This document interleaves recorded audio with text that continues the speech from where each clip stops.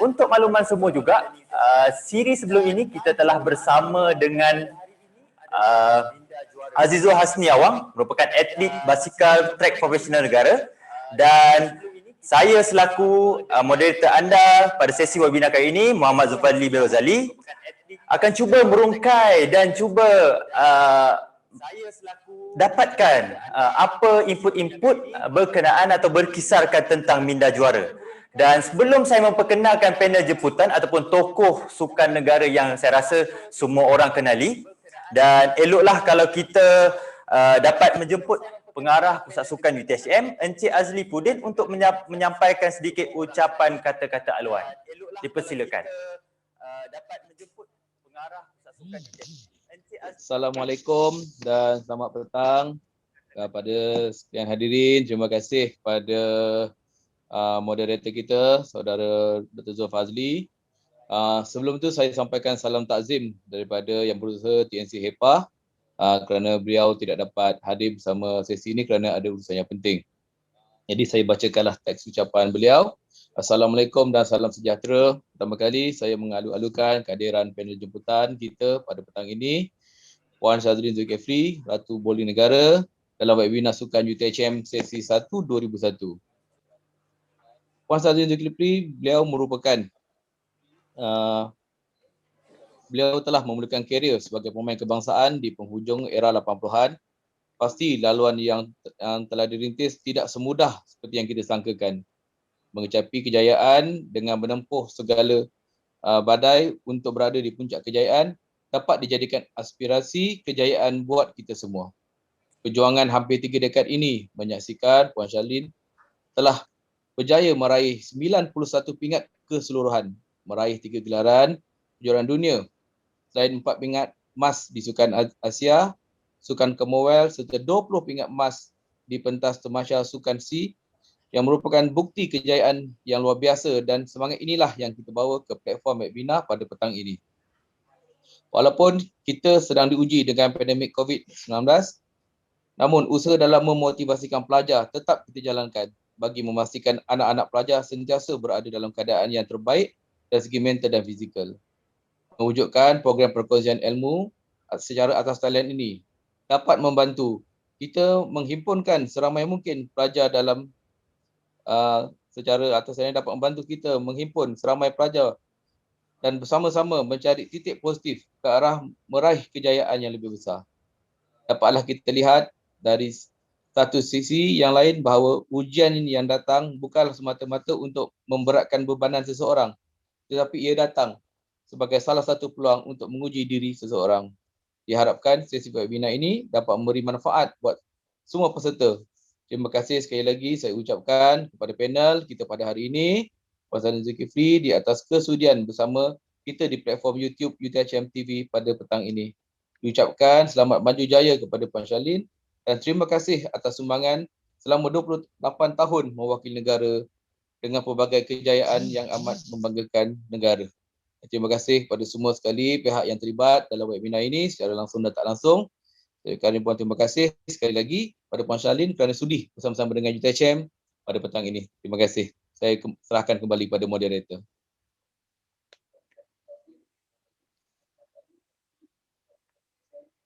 Okey, terima kasih kata-kata luar daripada Encik Azli Pudin selaku pengarah sukan UTHM.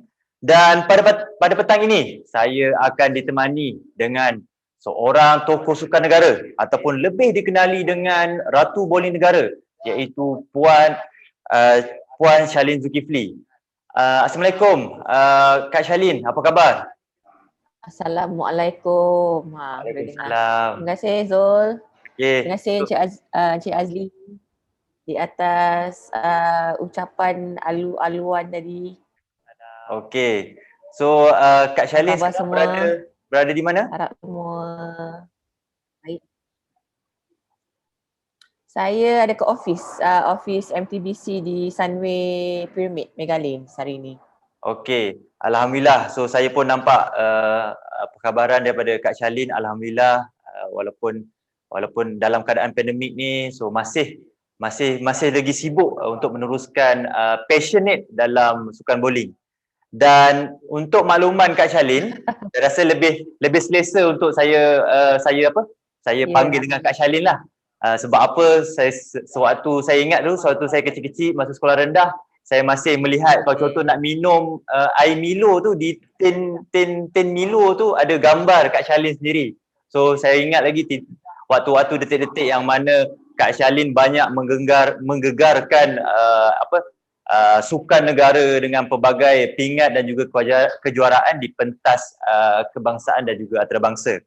Dan apa yang menariknya Kak Shalin untuk webinar kali ini, yang mana kita pakaian bagi panel jemputan, Kak Shalin dan juga saya kali ini telah mendapat penajaan daripada rakan sukan UTHM, iaitu syarikat Rico Sport.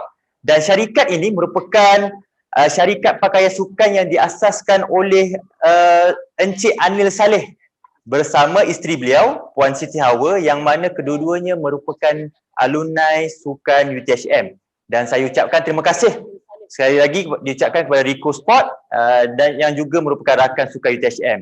Dan desain bagi baju kali ini telah direka khas dan tertera nombor 28 sebagai simbolik setelah 28 tahun Kak Shalin telah menyumbang bakti dalam arena sukan bowling dan juga arena sukan Malaysia, dan banyak pencapaian yang saya rasa cukup membanggakan. Dan saya rasa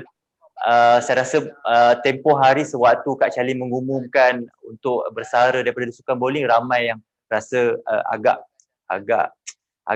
sedih dengan perkabaran tersebut.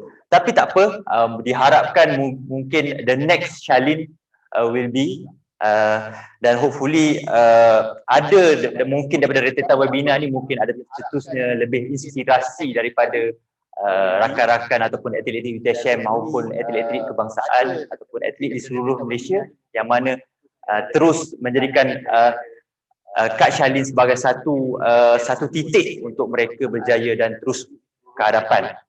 Dan untuk makluman semua, webinar kali ini bakal kita merungkai dan cuba mengenal pasti daripada Kak Shalin sendiri tentang bagaimana atau membangunkan karakter ataupun melihat persepsi apa itu minda juara.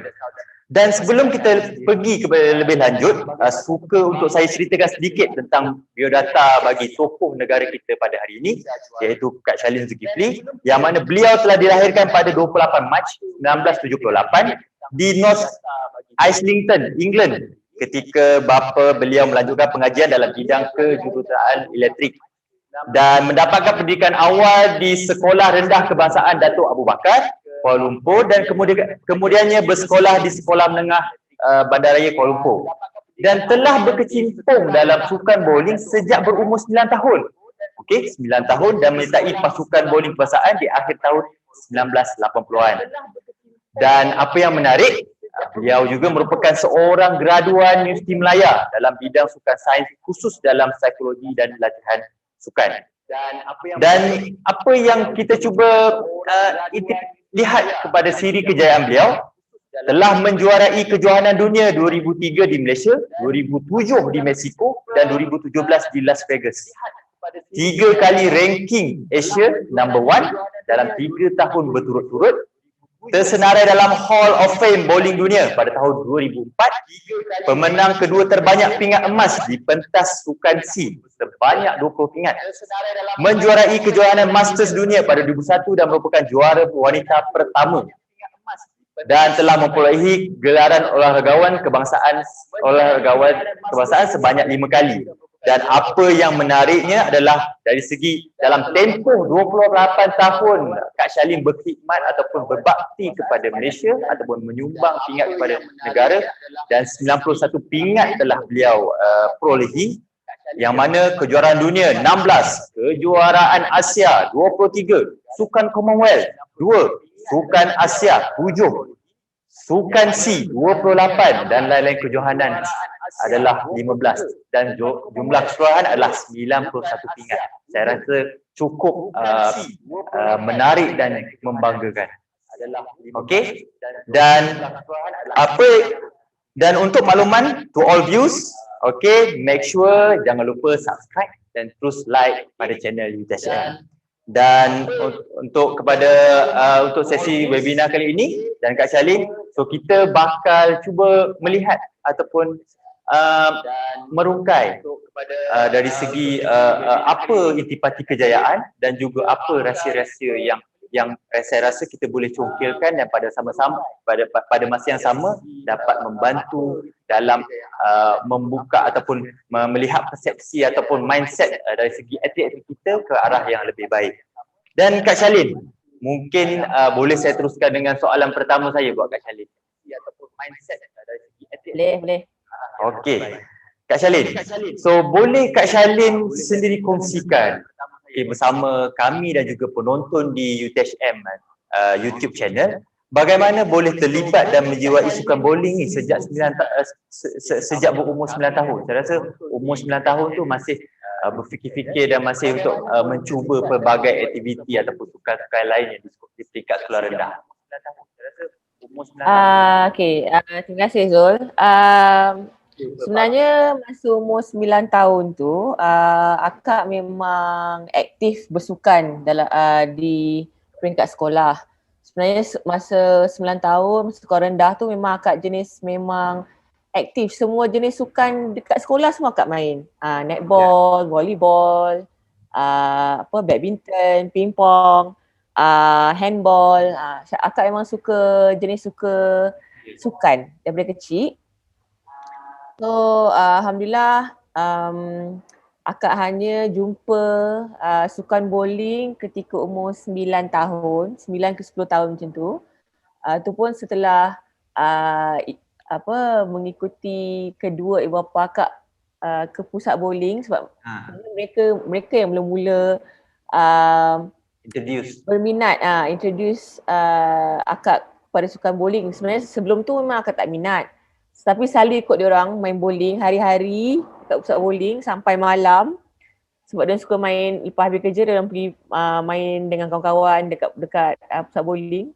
Masa tu dekat Federal Bowl, lepas tu dekat Yau Chuan Plaza, lepas tu dekat Asia Jaya, Ken Bowl dan sekarang di mana latihan kami diadakan di Sunway Pyramid Mega Lanes.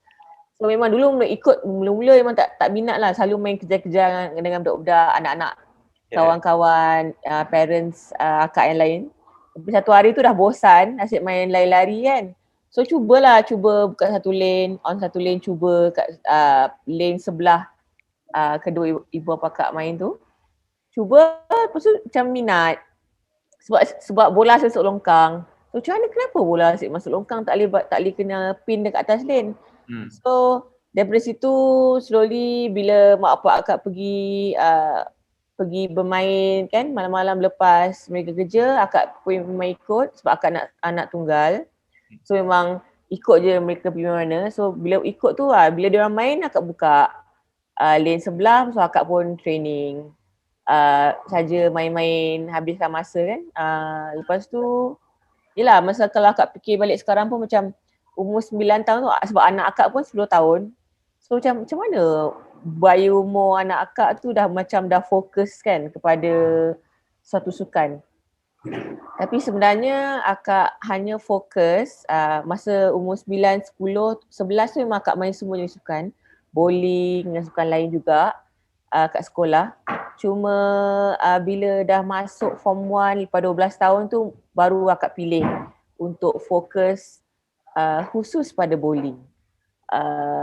Dan pada waktu tu pun time tu sekolah akak pun tak ada macam sekolah sukan lagi pada waktu tu. So tapi memang kelas akak memang kelas boleh cakap kelas atlet jugalah kalau latihan latihan sukan dekat sekolah ke apa ke, memang kelas kita orang akan 3 suku memang kosong sebab banyak atlet dalam kelas tu. So situlah bermulanya dan akak bincang dengan akak dengan ayah akak bincang. Okay, dia pun tanya sukan apa yang nak masuk kan. Sebab dia tengok akak memang minat dalam sukan. Lepas tu cakap bincang-bincang cakap nak join atletik susah sikit sebab akak pendek. So kaki pun range of motion dengan biomekanik tu susah sikit lah nak lawan yang lain. So lepas tu bincang-bincang tengok sukan bowling boleh pergi jauh sebab dia macam close skill sport. dengan dia lebih kepada teknikal daripada fizikal. So kami pun pilih untuk fokus kepada sukan bowling daripada umur 12 sehingga kini, alhamdulillah. Okey, Kak Shalin, adakah kiranya ibu bapa Kak Shalin sendiri tu sendiri adakah really aktif ataupun ada participate mungkin dalam NGO, wakil NGO ke, ataupun mungkin ada buat coaching ke sendiri ke, ataupun mungkin just permulaan ataupun rentetan untuk terlibat tu adalah dari segi hanya kepada mungkin sebab kita tahu bowling ni mungkin kadang-kadang family hadir ke bowling, pusat bowling hanya just untuk mungkin some release tension, just untuk rehat-rehat bersama keluarga, having fun. So adakah mungkin sebabnya faktor parents Kak Shalin sendiri adalah seorang atlet bowling ataupun bagaimana? Sebenarnya diorang memang aktif, family kita memang aktif bersukan. Sebelum tu pun ada main badminton dan sebagainya, tapi memang parents saya dia memang jenis yang regular bowlers. Okay. Memang setiap hari lepas kerja dia ke pusat bowling, dan pakcik saya pun main bowling juga. So memang family affair lah main bowling, tapi mereka tak pernah paksa saya. Sebab tu saya masa mula-mula saya memang tak minat main bowling. Saya just pergi sana tengok diorang main je, buat homework dan sebagainya. Tapi lepas tu saya macam okeylah, cubalah. Lepas saya dah cuba satu hari tu terus saya minat sehingga kini. Tapi mereka tak pernah lah, dia kedua ibu bapa saya bukan atlet kebangsaan, tak pernah wakil negara, tapi mereka adalah main untuk syarikat mereka. Sebab masa tu mak saya kerja di T3, so dia adalah main untuk company dia. Dan pernahlah wakil macam negeri, tapi tak adalah sampai ke tahap negara. So adakah sekarang ni contoh, adakah Kak Shalin sendiri ada terapkan benda yang sama terhadap anak-anak ataupun just bukakan kepada diri mereka? Setakat ni anak saya dia memang jenis yang macam hyperaktif juga. Dia memang jenis yang suka bersukan. Dia macam tahun lepas contoh sukan kat sekolah dia, kalau ada sukan apa-apa semua mesti dia nak masuk. Alhamdulillah. Tapi kami tak ada macam paksa dia kepada sukan-sukan tertentu lah. Contohnya sebab kan saya seorang ahli sukan, atlet negara dan sukan bowling. Suami saya pun bekas Asian champion, represent Malaysia juga dan bowling juga. Kami dua memang dalam sukan bowling. So memang banyak lah bila kalau anak saya keluar mana-mana cakap, so are you going to continue your parents' legacy? Do you like to bowl? Dia akan cakap, nope, saya tak suka. So semua macam, why? Kesian. Tapi macam tu lah, kita orang tak pernah paksa dia pun. Apa-apa sukan dia minat, saya dengan suami saya memang akan bagi sokongan. Kalau dia minat sukan bowling, alhamdulillah kita orang lagi gembira, tapi kita tak pernah paksa sebab dia memang daripada umur dia 5 tahun macam tu dia dah belajar berenang, ambil taekwondo, hoki, semua sukan kat sekolah dia memang dia sukalah, dia suka bersukan, golf pun dia suka.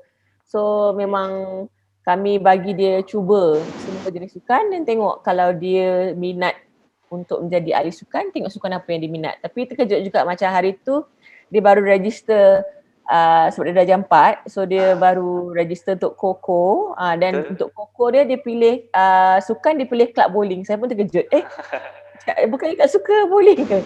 Tak apalah, saya nak cuba. Okay. So tapi dia memang dah ada kasut dengan bola, equipment dia memang dah ada lah, cuma sama ada dia minat ke tak, kami memang tak paksa lah. Okay, so untuk topik hari ini kita bercakap tentang minda juara ataupun winning mentality. Dan berdasarkan rekod Kak Shalin sendiri dalam 28 tahun menyumbang pingat kepada negara dalam sukan, fokus pada sukan bowling. So apa yang membuatkan Kak Shalin rasa nak terus berusaha untuk berada dalam prestasi yang terbaik? Dan saya rasa it's a norm lah bagi kesemua atlet, dan saya sebelum ni pun as an atlet ada masa tu kita ada kadang ada masa kita berada dalam prestasi yang agak goyah, dan kita cuba jadikan ia satu anjakan paradigma untuk kita terus ke hadapan ataupun cuba untuk berada di tahap prestasi yang terbaik. Dan dalam sepanjang karier 28 tahun tu, macam mana Kak Shalin sendiri cuba untuk always be a mind as a minda juara ataupun winning mentality. 28 tahun macam mana Kak Shalin sendiri cuba untuk Pada akak rasa alhamdulillah akak jenis yang memang daripada akak kecil, akak memang jenis yang motivated sebab akak memang suka sukan, memang jenis yang motivated. So memang daripada kecil parents kedua ibu bapa akak pun memang bagi galakkan sepenuhnya untuk apa-apa saja minat akak. So sebab akak masa akak start awal tu akak memang suka dah cakap sebab akak dengan bapa akak dari start kan kita nak berkecimpung secara serius dalam bidang bowling. So memang fokus akak memang masa sekolah tu memang training dan latihan. Training, latihan bowling dan juga sekolah. Memang dua tu je. Memang kalau tak kat sekolah pergi training. So masa akak kecil pun mungkin ada yang dah tahu macam akak kecil dulu pun memang rutin harian akak memang dari sekolah akak akan terus ke pusat bowling. Kedua ibu bapa akak memang kerja, so mereka tak adalah time nak ambil akak daripada sekolah kan. So akak akan naik bas yang hijau tu, bas Hohab atau bas mini yang pink tu kan. Pergi ke naik 2 bas daripada sekolah akak dekat Pudu Jail tu, dekat Times Square tu, akak akan naik satu bas pergi Kota Raya dan tukar dari Kota Raya pergi naik satu lagi bas ke Asia Jaya. So tu memang rutin akak hari dan akak akan lepas tu akak jalan pergi Asia Jaya, pergi ke pusat bowling Ken Bowl tu tingkat 3 tak silap. Ni akak akan tukar baju sekolah, tukar ke baju biasa, baju training, dan akak akan buat homework dekat restoran dia, sebab semua dah kenal sebab hari-hari dah pergi. So buat homework kat restoran tu, dah buat semua makan lunch.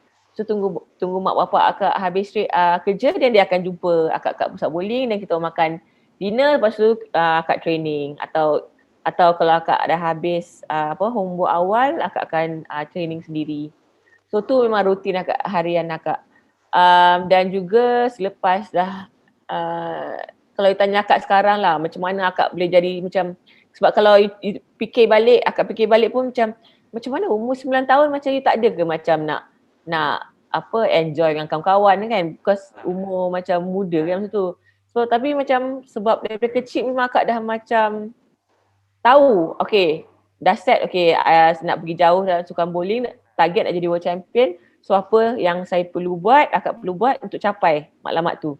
So nak capai matlamat tu, so you kena training hari-hari. So memang akak akan training hari-hari. Macam sebab tu dah memang macam passion akak, memang dah akak suka sangat bowling.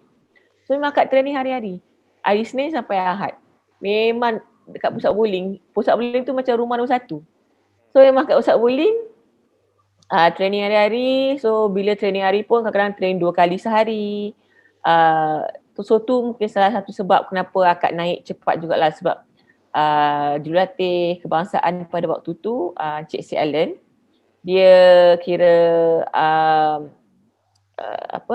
cungkil bakat akak ketika Sukma di Johor tu kali pertama bowling dipamerkan atau dipertandingkan di Sukma di Johor. Dan Sukma Johor tu alhamdulillah akak dapat raih prestasi yang agak bagus. Akak dapat menang 3 emas ke 4 emas, 1 perak, 1 gangsa. So dari situ dia nampak pencapaian akak yang bagus. Cara akak mungkin berbakat bermain, so dia pilih untuk masuk pasukan remaja kebangsaan. Dan selepas akak beberapa bulan akak menang training, akak menang ketika umur akak 14 tahun, akak menang kejuaraan kebangsaan. Sehingga kini memang akak antara yang termuda lah, 14 years old menang national champion umur 14 tahun. So daripada situ terpilih untuk pergi ke menyertai pasukan senior.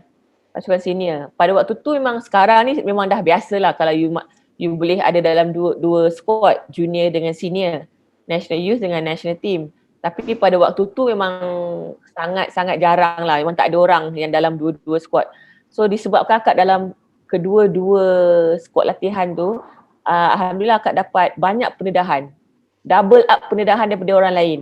So tu bukan salah tu sebab juga kenapa akak dapat naik dengan cepat. Sebab kalau bandingkan daripada Sukma hingga ke akak start serious training umur 10 tahun, dan pada 4 tahun sahaja beza, daripada 10 sampai 14 akak dah menang national championship. So tu memang jarang berlaku sekarang. So sebab itulah boleh tengok, sebab akak training 2 kali sehari, hari-hari. Memang kalau kawan akak training pada kawan akak training 3 kali sehari, 3 kali seminggu, akak akan training double daripada apa yang rakan sebaya akak yang buat. So dan masuk kejohanan pun masuk double sebab akak terpilih dalam skuad remaja dan skuad senior kebangsaan juga. So tu semua membantu akak untuk terdedah kepada lebih kejohanan, terdedah kepada lebih pengalaman ketika menyertai kejohanan antarabangsa di peringkat remaja dan juga di peringkat senior. Dan banyak membuka mata akak jugalah. Contoh masa umur akak mungkin 16 kot, tak silap. Akak satu kejohanan pertama antarabangsa akak, actually 14. Kejohanan pertama antarabangsa akak is Asian Intercity. So masa pergi tu kat Korea, so tengok macam wow, terror ramai kan. So okay, tak boleh. Kalau saya pun nak bagus macam diorang. So first few tournament akak masuk memang tak menang, and then after that akak dapat terpilih kepada World Youth di Caracas di Venezuela. Masa tu travel time dia dah 40 jam. Cakap, ya Allah, jauhnya dari Malaysia nak pergi Venezuela kan. So masa travel tengok, wow, terrornya yang semua remaja-remaja lain kat dari Colombia, dari Puerto Rico, dari Korea, semua memang terror. So macam masa tu first tournament akak tak teruk sangat, akak main teruk. Tak ada position pun. So akak tengok macam mana, macam kat Malaysia bagus kan, 14 tahun dah menang juara kebangsaan, tapi kenapa bila pergi World Junior susah nak compete dengan yang lain. So lepas balik tu akak tengok okay, apa kelemahan akak. Okay, salah satu dia is ball speed akak macam terlalu slow. Dan adalah benda-benda teknikal lagi, footwork dan sebagainya. So bila balik tu akak cakap tak boleh. Next time pergi saya tak akan ada dalam situasi yang sama. Saya mesti boleh pamerkan prestasi yang lebih bagus daripada tu. Sebab saya tahu saya boleh buat. So bila balik tu akak memang buat postmortem dengan coach cakap, okay, apa yang kena ubah. So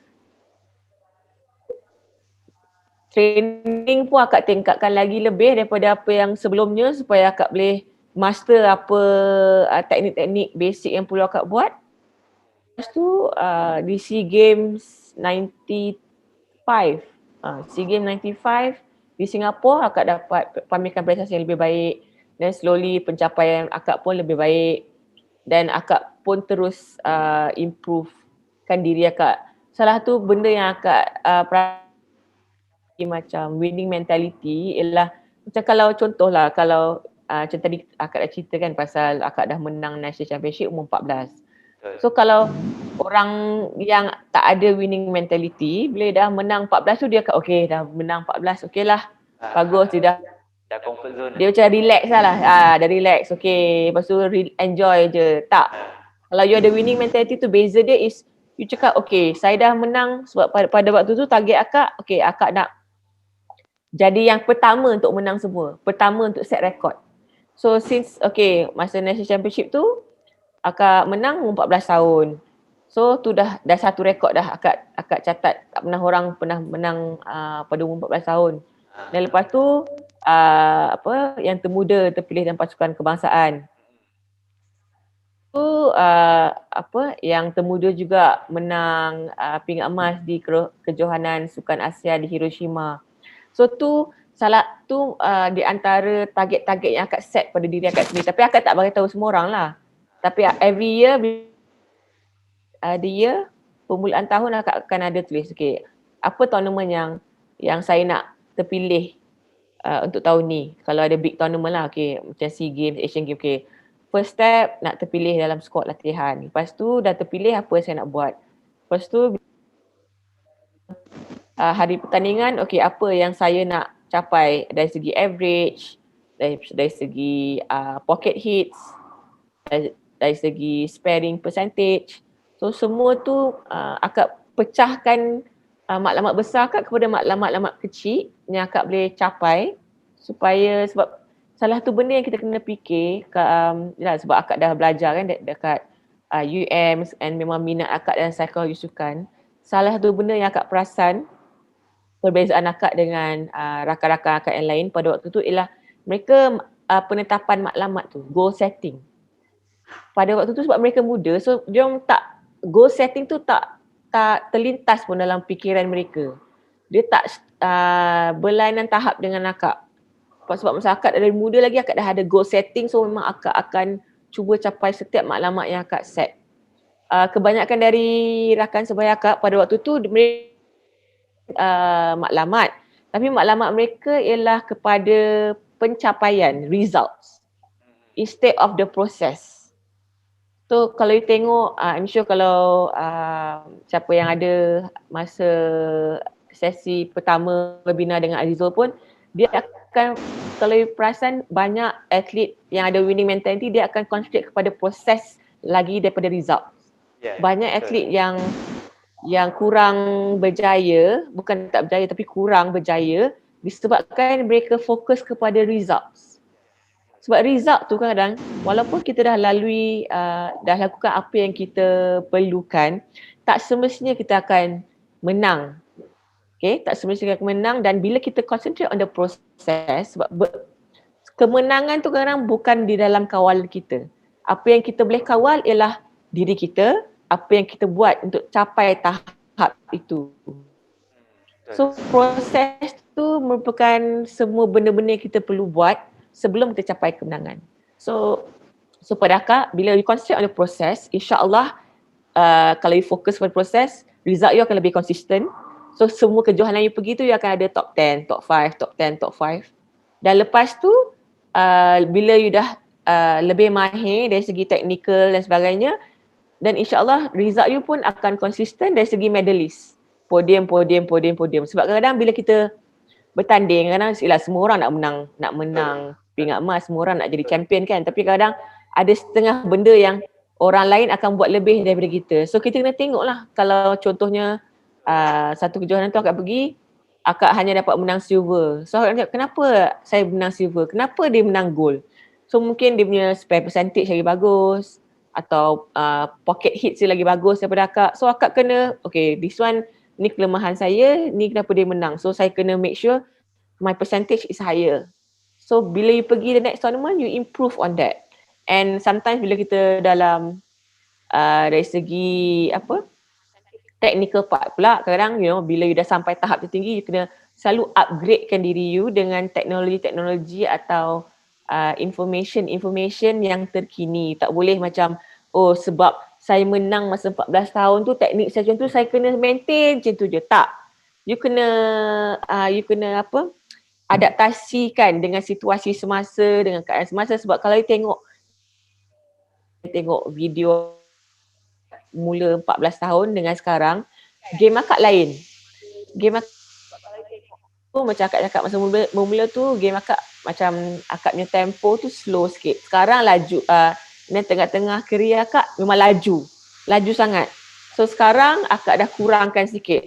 So memang you kena banyak kena buat dari segi diri you, tengok teknik apa yang sesuai dengan you, tengok apa teknik yang tak sesuai, tengok apa tendencies you masa dari segi sport psychology, apa tendencies you bila you dalam pressure situation, so that bila the next time you go into that situation, you know what to do or what not to do.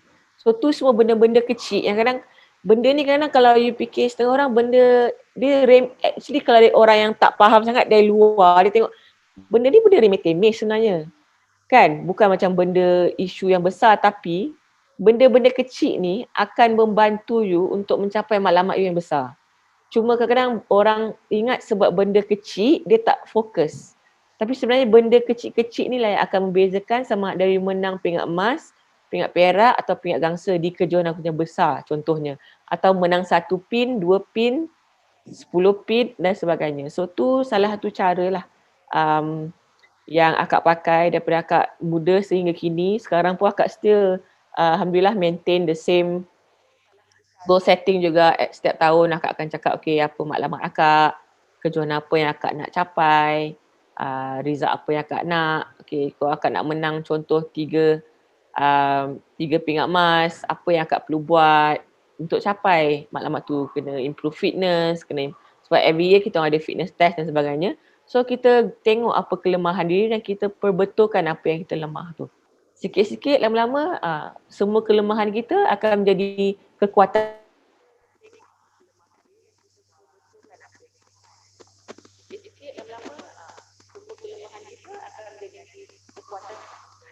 Okey. Saya rasa bila kita bercakap tentang winning mentality, so pembentukan karakter tu saya rasa akan di-groom ataupun dibentuk mungkin seawal usia yang mungkin. Macam Kak Syahini berumur 9 tahun, walaupun awal tu rasa macam tak berapa minat, hanya nak for fun, tengok. Dan mungkin hadir selepas itu rasa yang minat dan rasa nak terus berkecimpung dan terus rasa nak menempa nama dalam pentas antarabangsa. Dan bila kita cakap berkenaan winning mentality, saya rasa memang semua atlet di seluruh dunia akan meletakkan satu goal utama to be a world champion. Nak menang nombor 1 di kejuaraan dunia, to be Olympic gold medalist ataupun Olympic medalist, dan mereka akan keep cuba sedaya mungkin. Dan dalam masa 28 tahun tersebut, saya pasti mungkin ada masa Kak Syahini sendiri rasa macam 1 tahun atau 1 tempoh atau 1 season agak prestasinya agak menurun. Dan bagi Kak Syahini sendiri, apa nasihat mungkin boleh diberikan ataupun apa pandangan yang boleh diberikan bagaimana seorang atlet yang mungkin dia tak dibentuk ataupun tak digerak dari segi winning mentality ataupun pemahaman tentang winning mentality tersebut, dan bagaimana mungkin dia terlibat mungkin dalam pertengahan umur mereka, bagaimana untuk karakter tersebut dibentuk, ataupun mungkin ada intipati lain yang Kak Syahini sendiri rasa bagaimana nak membentuk karakter winning mentality tersebut, ataupun mungkin ada sebenarnya winning mentality pada akak, setiap individu tu memang ada keistimewaan dia sendiri. Macam contohlah, akak pernah baca, sebab akak suka baca buku autobiografi tentang psikologi sukan dan ahli-ahli sukan lain. So sebenarnya daripada 100% yang atlet yang berkecimpung dalam sesuatu sukan, tak semua akan jadi juara dunia. Mungkin 5% sahaja daripada tu. So apa yang you akan buat untuk you berada di kalangan 5% tu? So kalau kawan-kawan you semua buat benda yang sama, adakah kalau you buat benda yang sama, you akan jadi lebih bagus dari mereka? You kena fikir benda tu, you know. Bila atau yelah, semua orang ada kelebihan. Sebab kadang-kadang kita akan belajar benda yang sama ketika training. Tapi mungkin bagi seorang yang lebih berbakat, dia akan serap lebih cepat ilmu tu dan dia akan dapat praktikan lebih cepat. So apa yang bezakan kita dengan orang yang lain? Tu satu. You kena tengok. Satu lagi, pada akak rasa kalau masa mula-mula tu you tak tahu atau you kurang pasti, you pilih ahli-ahli sukan yang mungkin yang you suka dan cuba tengok dan cuba ikut apa benda-benda positif yang mereka lakukan. Okay? Ikut benda positif sampai dia sendiri akan jadi satu kebiasaan, satu habit untuk diri kita. Itu satu lagi. Sebab masa tu pada akak suka banyak tengok banyak atlet-atlet yang lain lah, macam Michael Jordan, macam Michael Johnson. Akak suka tengok movies motivasi macam Mighty Ducks, Coach Carter dan sebagainya. So ada banyak benda dan pendekatan yang kita boleh gunakan, tapi masa mula-mula tu ialah ibu bapa mainkan peranan yang penting juga. Tapi ada garisan yang sangat halus jugalah di situ, sebab sekarang pun dalam walaupun akak sekarang atlet, kebangsaan. Akak telah mula berkecimpung juga dalam kejurulatihan selama 20 tahun ni. Lebih kurang 20 tahun dah lah akak juga seorang jurulatih. Akak train juga budak-budak. Dan sekarang pun the last 10 years ni akak juga seorang parents. So akak boleh nampak perbezaan dari segi ibu bapa, pendekatan digunakan oleh ibu bapa pada waktu dulu dan sekarang. Okay, satu kita kena ingat sebagai seorang parents, kita perlu faham yang anak-anak kita tu masih budak-budak. Kita boleh guide them ke arah yang betul, tapi kita tak boleh paksa sangat kerana mereka kena ada minat. Minat mereka tu kena datang dari mereka sendiri.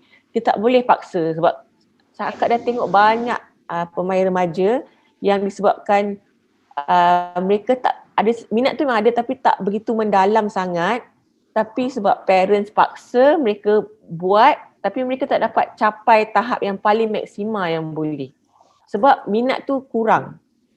Berbanding kalau misalnya anak kita minat dalam satu jenis sukan tu, kita just bagi support, insyaAllah dia akan dapat capai tahap yang lebih tinggi. So tu salah satu juga, and sebagai parent juga kita kena sabar. So akak ada coach banyak pemain remaja dari Sukma, dari dari segi basic dan sebagainya yang baru nak naik ni. Banyak parents sekarang kadang-kadang kurang kesabaran. Dia nak cepat je sebab kan macam contoh macam akak bagi contoh cerita yang akak awal tadi kan, awal sesi tadi akak cakap akak naik 4 tahun. Betul. Daripada akak umur 10 tahun akak dapat wakil negara jadi pemain national champion umur 14. Tak, kita kena faham tak semua orang akan dapat lalui sistem atau proses yang sama. Sebab setiap orang dia punya pembelajaran dia berlainan. Macam kita masuk universiti jugalah, ada setengah orang grad lagi awal, ada setengah orang grad lagi lambat, ada setengah yang 4 pointer 4 flat je, ada setengah yang tak. So dia bergantung pada kemampuan diri kita juga. So kita tengok anak kita macam mana, and then tengok kalau mereka minat, just encourage and then bagi mereka buat keputusan tu sendiri. Dan you have to make sure yang basic tu memang kena kuat. Dia tak ada shortcut. Banyak kadang-kadang parents dengan banyak kadang adik-adik yang muda ni, dia nak shortcut dan naik terus cepat. Baling mungkin lepas belajar satu sesi je, terus nak strike je, nak main fat game. Tak boleh. Benda tu tak akan terjadi. You kena lalui proses pembelajaran. So you kena sabar bila you lalui proses pembelajaran tu memang akan mengambil masa sebab yelah satu kita tengok apa yang serasi dengan diri kita, style apa yang sesuai dengan diri kita sebab kadang-kadang setiap individu berlainan style. Kalau tengok macam style saya dengan style Cindy Jane pun lain. Style saya lebih agresif, lebih straightforward. Cindy Jane dia lebih straight juga tapi cara dia balingan dia berlainan. So setiap orang ada dia punya flair sendiri yang membuat dia unik berbanding orang lain. So kita kena tengok dalam proses untuk mengkaji tu dia akan mengambil masa. So kita kena sabar, lakukan latihan basic. Macam yang kita cakap lah juga, mungkin ada setengah kat luar tu mungkin pun ada cakap kan, ada setengah teori tu cakap you have to spend 10,000 hours in doing something then you become an expert. So you kena habiskan 10,000 jam untuk buat satu dan baru you akan menjadi seorang pakar. So benda tu boleh diaplikasikan kepada mana-mana bidang juga. Bidang sukan pun sama.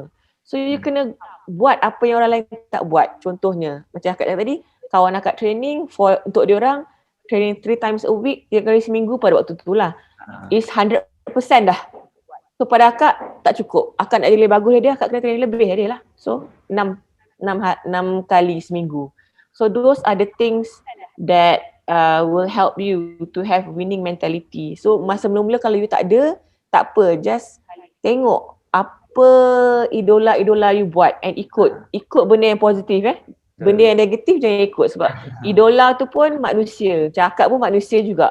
So benda yang bagus cakap buat ikut, benda yang tak bagus jangan ikut. Belajar daripada kesilapan kami, idola-idola you semua. So tengok apa yang you boleh ikut, apa yang tak boleh ikut. So benda yang bagus you ikut, benda yang tak bagus you tinggalkan.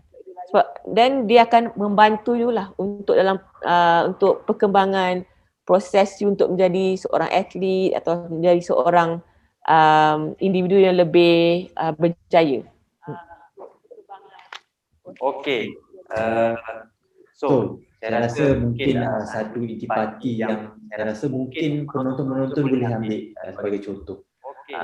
Sedangkan saya rasa seluruh atlet dalam dunia ni, mungkin atlet Malaysia ataupun atlet antarabangsa, banyak mengambil karakter-karakter idola-idola mereka yang mana untuk jadikan satu ikutan. Maksudnya ikutan yang baiklah, supaya mereka merasakan ikutan-ikutan tersebut dapat memberikan satu motivasi ataupun meningkatkan semangat mereka. Dan bila bercakap tentang latihan, walaupun kita menjalankan latihan sebaik mungkin ataupun kita dilatih oleh jurulatih terbaik dunia sekalipun, tetapi kalau kita tak ada minda juara ataupun kita tak setkan untuk kita berada di position atau prestasi yang terbaik, so prestasi itu tak akan dapat dicapai. Sebab apa? Kita hanya merasakan bahawa kalau kita mempelai ataupun kita dilatih oleh seorang jurulatih yang hebat, so kita akan menjadi hebat. Bagi saya benda tu mungkin boleh dilihat sekiranya kita dilatih dengan seperti oleh jurulatih yang hebat, tapi dan at the same time kita mempunyai minda juara yang keep untuk being the best in the world. Okay? Dan sebelum kita pergi ke soalan seterusnya, dan untuk saya maklumkan kepada to all viewers, thank you because you guys being with us. So bagi viewers yang di channel UTHM TV, sekiranya ada soalan-soalan untuk diajukan kepada Kak Shalin kita, dan mungkin tak bersempatan, mungkin adalah atlet-atlet bowling UTHM pernah berjumpa dengan Kak Shalin, pernah bergambar, dan mungkin ada antara mereka yang tak pernah dan mungkin hanya lihat di Astro Arena ataupun di TV3 atau di media sosial, mungkin boleh utarakan apa-apa juga soalan di platform YouTube, dan nanti selesai kita kita totalkan, kita ringkaskan ke semua soalan dan kita akan utarakan soalan-soalan tersebut. Dan untuk kita pergi lebih lanjut Kak Shalin, di pihak Pusat Sukan UTHM ada menyediakan sedikit video montaj, mungkin bagi sesi-sesi supaya kita lebih reda, dan mungkin atlet yang sedang menonton di sana mungkin fikir-fikirkan apa intipati yang Kak Shalin dah sharekan, dan apa ni, dan saya rasa mungkin kita boleh lihat dahulu montaj yang telah disediakan.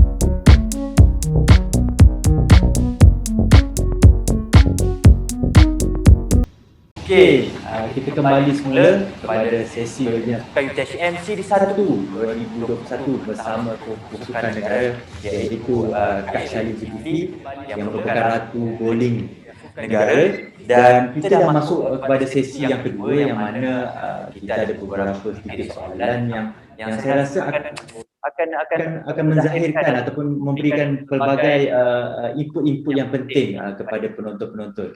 Dan diharapkan penonton jangan lupa untuk klik like and subscribe kepada channel UTHM TV, dan sekiranya ada apa-apa soalan boleh ajukan di ruang chat di bahagian di channel YouTube. Dan untuk soalan seterusnya kepada Kak Shalin, so sepanjang kerjaya Kak Shalin 28 tahun berkecimpung dalam sukan bowling, dan mungkin boleh sharekan sedikit bagaimana ataupun apa resepi ataupun ramuan yang digunakan oleh Kak Shalin supaya passionate ataupun supaya your mindset keep untuk to be in winning mentality ataupun minda juara. Mungkin Kak Shalin? Okay, boleh. Terima kasih Zul. Okay, sebelum akak bagi rasakan kita hari ni, tak ada. Akak nak touch sikit pasal tadi kan, you cakap pasal jangan fikir sebab you ada coach, the best coach in the world, you'll be good. Yes, that is exactly correct. Sebab benda tu memang akak pernah tengok terjadi. Sebab sini dekat dalam sukan bowling pun memang ada. Cakap just because you ada coach yang bagus, tak semestinya you akan bagus. Sebab akhir sekali dia bergantung pada diri kita. Kita yang, sebab at the end of the day kita yang akan baling bola. Coach yang bagus macam mana pun, tapi kalau dia ajar you tak serap kamu yang dia ajar tu dengan ikhlas and leave your ego aside when you are learning, you will not be the best that you can be. So that is very important point that you brought up just now juga. Yeah, it's very memang penting. Bila lagi-lagi kalau you ada coach yang bagus, bukalah minda you dan terima segala ilmu yang dia ajar dengan bersungguh-sungguh. Sebab kejayaan ni dia memang dia tak ada garanti, tak ada garanti yang okay, just sebab champion you akan jadi world champion, tak ada. Sebab banyak parent juga kadang-kadang yang hantar anak dia orang bawah akak, dia expect benda yang sama. Akak cakap tak, sebab bergantung kepada anak you, kebolehan anak you sendiri. Sebab kalau saya ajar tapi anak you tak boleh nak execute pun tak boleh juga. Kalau hati dia tak ada dalam sukan tu pun tak boleh juga. So it depends on you, your individual self, on how you want to achieve that. Tu satu. So and then to jawab soalan you tadi yang pasal recipe, cakap lah macam dengan tadi, dia bergantung pada matlamat kita. Kita kena set matlamat kita. Winning mentality is about goal setting, is about knowing what you want and going for it. So dari awal you kena tahu apa yang nak capai. Contoh macam akak cakap tadi, masa umur akak 10 tahun, akak memang set target akak jadi world champion. So apa nak kena buat jadi world champion tu? One is to become dapat wakil negara lah kan. Contohnya paling senang wakil negara dan boleh dapat world champion kan. Kalau tidak macam mana jadi. So nak jadi wakil, nak terpilih jadi squad kebangsaan junior. Dan lepas tu senior. So dah terpilih, nak terpilih masa itu you kena jadi bagus. Cara nak jadi bagus, you kena training hari-hari. So training hari-hari. So jadi dah bagus, dah macam nak jadi terpilih dalam squad remaja kebangsaan, menang kejohanan. So menang kejohanan. So dia merupakan tangga. Satu maklumat dia world champion yang you kena lalu, you kena step, you kena langkah sebelum sampai sini. So you kena tengok lah. And then mungkin bagi masa 5 tahun, program perancangan 5 tahun, 10 tahun. Dalam 10 tahun saya nak jadi dalam pasukan elit kebangsaan. So benda tu you kena termasuk dalam goal setting. Sebab tu goal setting tu penting. Sebab kalau you pergi training tapi tak ada maklumat, memang you akan, pemikiran you macam akan melilau lah. You tak ada macam arah tujuan. Sebab tu penting bila you pergi latihan tu, contohnya macam sekarang pasukan kebangsaan kami training 2 jam atau 2 jam setengah. So you akan buat benda sama hari-hari. Sebab sekarang pasukan kebangsaan kami training Isnin sampai Jumaat, macam kerja lah 5 kali seminggu. So you akan buat benda yang sama 5 kali seminggu. So sebab tu lagi penting you kena ada maklumat. Okay, Isnin saya nak praktis apa, Selasa, Rabu saya nak praktis apa. Contoh macam akak bila akak train budak-budak yang sukma sebelum ni, training 2 jam. So you break 2 jam tu kepada half an hour. First half an hour nak training apa? Footwork. Second half an hour maybe you nak training target. So kalau target tu pun you can break down lagi. Sebab bowling ada 7 arrows kan. So first half an hour, 15 minutes nak target my arrow 1. And then the next 15 minutes or 30 minutes arrow 2. So you from 2 hours into smaller parts, bahagian lebih kecil, untuk you work on things that you need to work on, your weaknesses, benda yang you kena improve on. So tu beza winning mentality orang yang ada goal dengan orang yang tak ada goal. Kalau orang yang tak ada goal, sebab banyak orang kadang-kadang reporter pun tanya Kak, so kadang-kadang you training hari-hari kan? Ya, hari-hari Isnin sampai Jumaat. So you tak bosan ke hari-hari training 2 jam? So you boleh tengok tak perbezaan pemikiran tu. Kalau you ada winning mentality 2 jam, alamak training 2 jam tak cukup satu hari. Kenapa? Sebab banyak benda ni nak kena tengok, nak kena betulkan. Daripada training 2 jam. So datang training punch card, okay, 10 training, punch card. Masuk training 2 jam, baling, cakap, borak, tengok, baling. Okay, dah habis 2 jam, balik. Berbanding orang yang 2 jam, okay 2 jam, first half an hour nak training ni, second half an hour nak training ni. So you rasa mana orang atau individu yang mana, atlet yang mana yang akan berjaya? Yang masuk just training 2 jam atau yang breakdown dia punya training tu kepada bahagian-bahagian lebih kecil? Of course yang orang yang kedua, sebab if dia tengok cara sistematik dia pendekatan dia kepada latihan tu. So banyak atlet remaja atau kadang-kadang atlet yang baru dia get stuck in this first one. Sebab kadang matlamat dia matlamat saya nak join, nak jadi masuk national youth.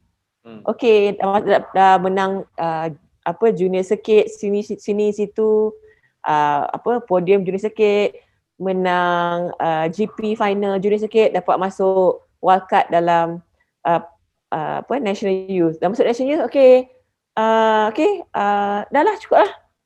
Itulah sebab target saya nak masuk national youth je. So lepas tu, sebab bila dia dah masuk national junior dengan national senior, semua based on results. Sebab dia dah jadi high performance. So bila high performance, dia tak boleh relax lah. Masuk punch in 2 jam, dan bila must be kejohanan besar, kalau terpilih, kenapa selalu last lah? Kenapa average saya teruk lah? Kenapa susah nak menang? Kenapa dia menang? Kenapa dia bagus sangat? Kenapa tak bagus? Benda tu result je kan, kita tengok result lah. At the end of the day, kenapa tak menang? It's a result. But then you never look at your process. Apa yang you buat sebelum tu? Ya, saya nak jadi world champion. Macam mana nak jadi world champion? Apa yang nak kena buat? Tak tahulah, target saya nak jadi world champion je. So tu beza winning mentality dengan just nak menang tapi you tak plan. Macam orang cakap lah, you have to plan in everything, like like training, do it in training so that when you go for competition, it becomes natural. It becomes autopilot.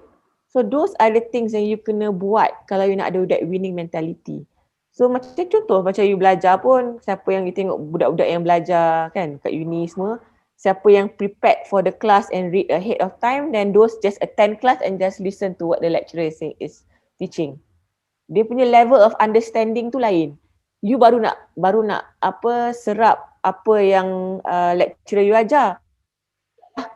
Tanya soalan yang lebih dia dah pemikiran dia 2-3 kali lebih daripada tu. So that is the difference. And those are the things that you must have if you want to have a winning mentality. Always do extra than what others are doing. Macam Kak, bila Kak ada contoh kejohanan besar dan sebagainya, okay, I know all my opponents. Basically, you know who are your opponents. Okay, you tengok apa weaknesses diorang, apa strength diorang. Okay, and then macam dulu lain sikit lah dia punya tactical approach dia. Sekarang lain sebab sekarang bila kita masuk kejohanan, kadang-kadang kita tak tahu apa oiling pattern yang digunakan. Sebab ada banyak oiling pattern kan. So dia lain sikit approach dia. Macam dulu kita tahu, okay, oiling pattern kita tahu macam ni. Semua orang akan main oiling pattern yang sama. Okay, macam dia ni apa dia punya, akak akan ambil dissect every single opponent. Contoh daripada Australia siapa bagus, sini siapa, Singapura bagus, siapa bagus. Okay, apa kelebihan dia? Apa kelemahan dia? Tengok, okay, mungkin dia ni bagus, bila start dia punya ni, dia selalu main bagus. First 3 game dia main bagus. Last 3 game dia main teruk. Okay, so bila akak lawan dia, akak tahu. Okay, mungkin akak punya karakter pula lain. Akak macam average je. Then mungkin last bawa akak bagus. So kita tengoklah macam mana kita nak tukar strategi kita untuk tackle dia. So those are the things yang kita kena tengok, kita kena break down every opponent kita masuk tu kita tengok. Sebab bowling ni dia bukan macam sukan lain macam macam taekwondo ke apa, you can attack, you tahu dia punya right side weak ke whatever, you can attack. Tapi bowling ni is more to you yourself, how you are able to solve the problem as quickly as possible, lagi cepat daripada opponent you. So that's why you kena, otak you kena memang cepat, sharp, so that you tahu, okay, also dia bergantung kepada pengalaman jugalah. Kalau you ada pengalaman yang lebih akan lagi dah tahu. Macam dia puzzle lah, it's a big puzzle. Okay, you nak solve the issue, okay, equipment ke, teknik ke, adjustment ke, atau lain. So kita tahu which puzzle yang tu. So macam kita dah ada, kalau dah ada experience akak tahu, okay, saya rasa teknik saya okay. So mungkin benda yang lain kot, ada mungkin di tempat salah, bola salah, atau release, atau ball speed salah, release salah ke apa-apa. So you tahu, okay, you boleh terus eliminate you punya options. So then okay, oh actually this one. So actually it's my equipment. Dah game ke, contohnya lah, starting saya pakai bola lain sebab oiling dia fresh lagi. So towards the end, the last 3 game tu, kenapa tak strike senang macam start tadi ya? Fikir balik, oh lane dah kering, orang banyak dah lalu, friction dah ada, so you kena tukar bola yang lain untuk main line yang sama. Atau mungkin, saya kena tukar equipment yang lain tapi gerak boleh pakai equipment yang sama tapi mungkin saya kena balik laju sikit dan gerak kaki. So tu benda yang you kena tahu, you kena master, but you only will have that once you have put in the work in training. Benda macam tu dia tak akan tiba-tiba jatuh dari langit, oh saya dapat selesaikan masalah saya sebab ni, dapat ilham ke, dapat wahyu ke, tak ada. Dia semua daripada pengalaman you, dan semua tu daripada kerja keras yang you dah put in before you reach that competition. So benda tu bukan sport psychology, winning mentality ni, dia bukan something that you can switch on and off macam tu.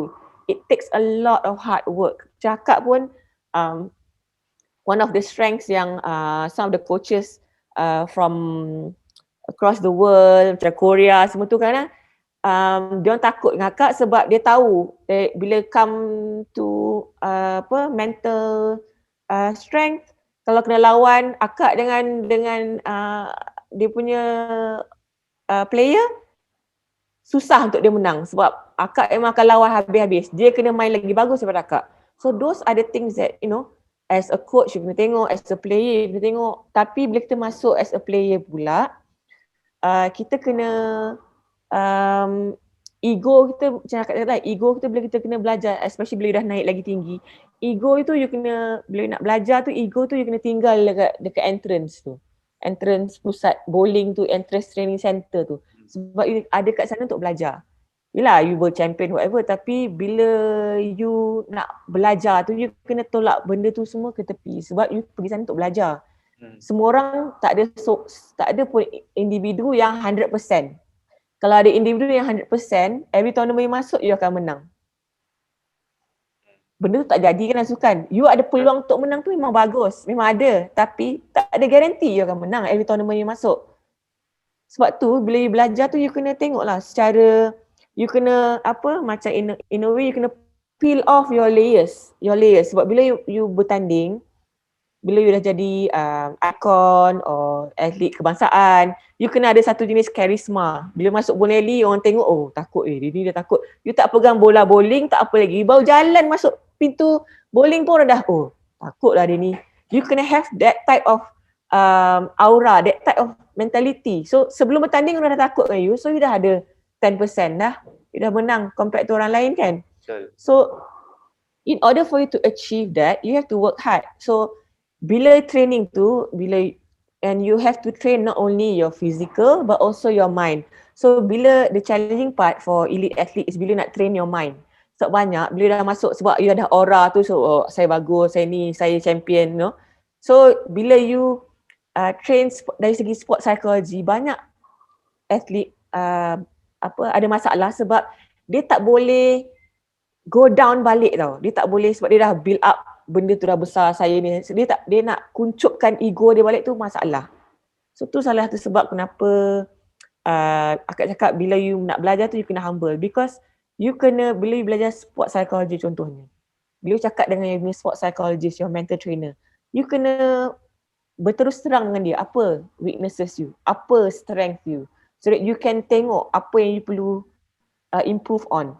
Tu dari segi sport psychology. Dalam coach pun, as a coach pun you kena be honest with your coach and yourself juga, apa yang you weak at. Sebab kadang-kadang kita bila masuk pertandingan tu sudah selalu menang, you masuk pertandingan tu macam alah kacang dia ni, tak boleh kalahnya.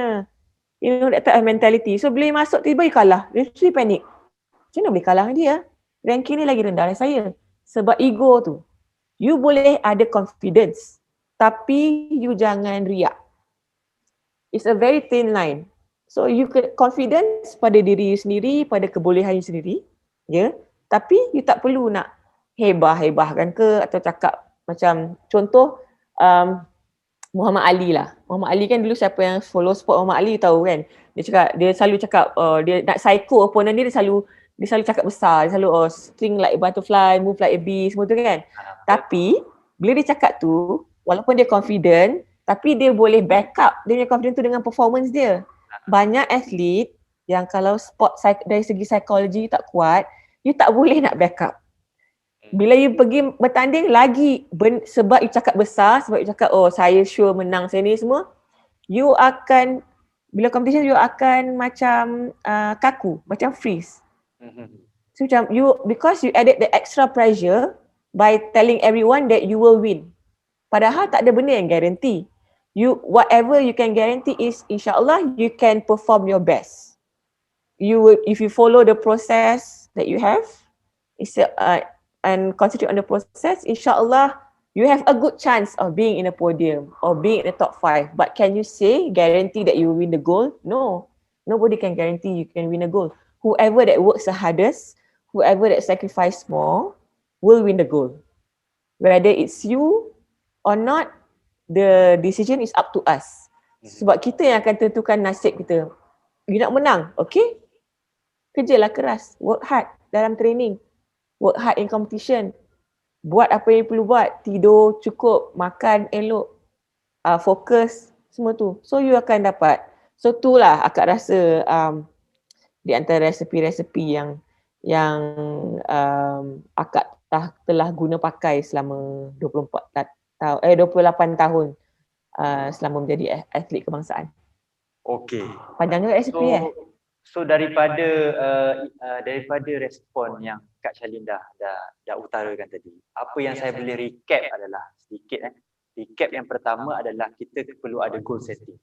So semua atlet ni perlu ada goal setting yang mana dia nak reach the best as he or she can. Okay, bukanlah mungkin target tu become contoh targeting yang goal yang realistik pada masa betul. Dan yang seterusnya adalah when we talk about winning mentality, so winning character tu saya rasa kena bawa bersama. Okay, sebab apa tadi Kak Shalin ada highlightkan, ego tu kena letak tepi. Even you rasa you bagus tapi ego tu you kena letak tepi. Dan karakter in term of kesemua karakter to be a champion tu kena bawa bersama, dan itu yang akan mengukur dan menjadi a core for our mentality yang kuat. Okay, so Kak Shalin, saya rasa dan untuk kita bila kita bercakap yang bahawa Kak Shalin ni sibuk dengan career sebagai atlet bowling negara ataupun atlet bowling profesional negara. Dan apa yang menyebabkan at the same time Kak Shalin mungkin nak melanjutkan pelajaran dalam bidang sains sukan, khusus dalam psikologi dengan latihan sukan. Sebab apa? Macam back to Azizul Hasni juga sebelum ini, abang Jiju, dia ada statekan bahawa dia rasa bila berada dekat sana, so dia perlu belajar dan dapatkan all the inputs untuk dia bantu untuk dia mempertingkatkan lagi ataupun dia membantu dari segi knowledge dia supaya at the same time dia boleh at the same time mungkin dia boleh buat adunan resepi untuk kejayaan dia sendiri. Selain daripada panduan daripada coach. Mungkin apa respon Kak Shalin sendiri? Kenapa menyebabkan Kak Shalin sendiri pun at the same time sambung belajar juga, melanjutkan pelajaran? Memang betul lah, memang betul apa Jojo cakap. As an athlete sekarang, bila jadi athlete, dia agak berbeza. Situasinya agak berbeza dengan jadi athlete pada tahun 80-an, setengah benda berbeza. Hard work tu still sama, cuma setengah benda berbeza. Di antaranya ialah you kena jadi thinking athlete. Yes. You tak boleh jadi athlete yang apa coach ikut apa yang jenis buat apa yang perlu saja. Betul. Kalau you nak macam contoh Jojo lah contoh kan, dia nak jadi Olympic champion.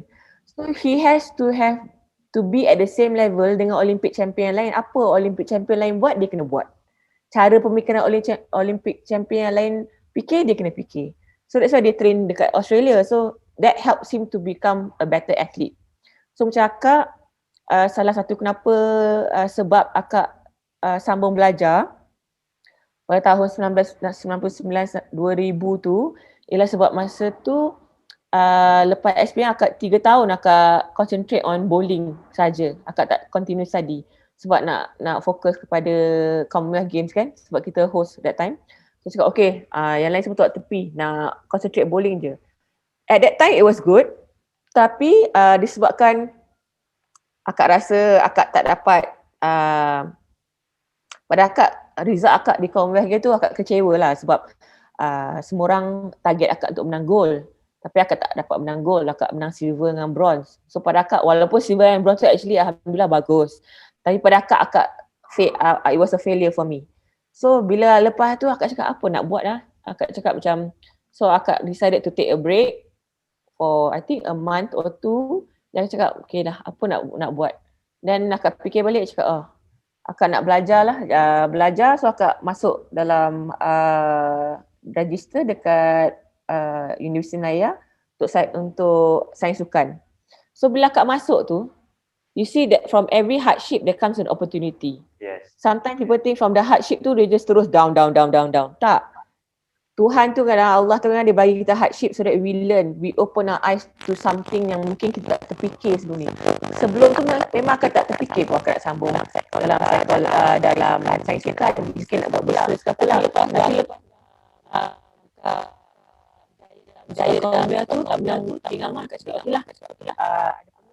Sambung sains sukan. Bila akak masuk sambung sains sukan di UM dan belajar, sebab tu lah ini akak tak bagus sangat dalam ni. Sebab itulah yang kira dari segi aspek ni akak tak bagus sangat. So dia macam banyak bagi cantum all the puzzle for me as a thinking athlete. Dia banyak solve all the questions that I had before, but or some questions that I never knew I had to ask, but it answered all of my questions. So bila especially macam sebab akak pun belajar sains sukan and I'm an athlete, so dia memang sesuai sangat lah.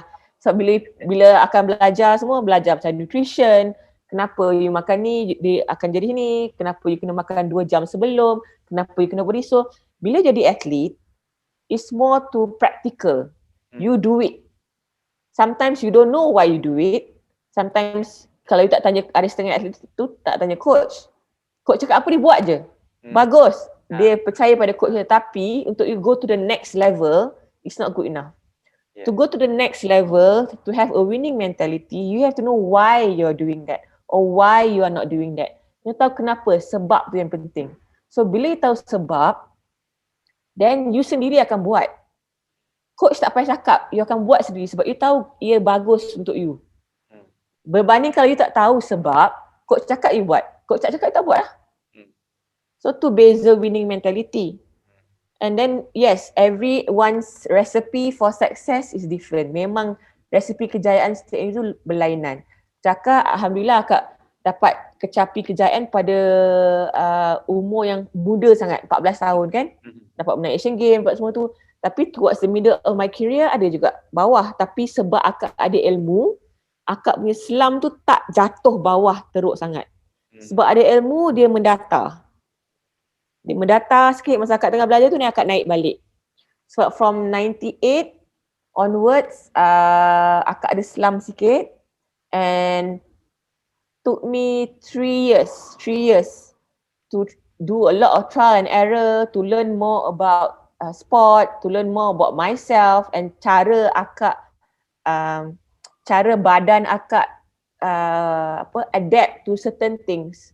Sebab kadang-kadang kita ada satu contoh, bila you baca, you dapat ilmu semua dari segi psikologi sukan pun, dia ada certain formula dia lah, general formula that orang akan pakai. Tapi formula tu you kena sesuaikan dengan diri you. So it took me 3 years to actually go through trial and error to see what suits me best. What suits me but not suit my juniors or my teammate. So you kena tahu resepi tu memang individu. So dari akak kecewa tahun 98 tu, took me 3 years to finally master something or find my own recipe, and pada tahun 2001 tu yang akak menang di World Champion Masters yang akak lawan Tori Torgerson tu. Finally after 3 years. Banyak orang kadang yang slump tu juga bergantung pada setiap individu lah juga. Ada setengah orang lama sikit, ada setengah orang cepat sikit. Tu bergantung. So yang penting kita kena selalu cari ilmu. Macam akak lepas 28 tahun berkecimpung dalam sukan bowling pun, akak tak tahu semua. Akak memang kena improve my game, kena improve pasal teknik, kena improve pasal equipment, banyak benda lagi akak tak tahu. Especially macam bila akak join, akak jadi atlet Malaysia pertama dan sukan bowling yang pergi ke pro, yang layak ke pro circuit masa tahun 2008, 2009. Akak dah menang macam-macam dah sebelum tu. Sebab dah start umur 14 tahun kan, dah menang macam-macam World Championships pun dah menang. Tapi bila akak pergi pro, akak rasa macam apa pasal macam rasa baru start je ni, macam akak rasa macam knowledge akak tak cukup. Padahal dah main lebih 10 tahun, 20 tahun ni, tapi rasa macam asal knowledge saya tak cukup lah. Kenapa dia orang yang lain tahu lebih dari saya? So, you have to go learn again. Learning is an ongoing process. So, you memang tak akan tahu semua. Tapi you kena rajin nak timba ilmu tu. Tanya orang yang tahu. Cakap dengan orang yang bagus.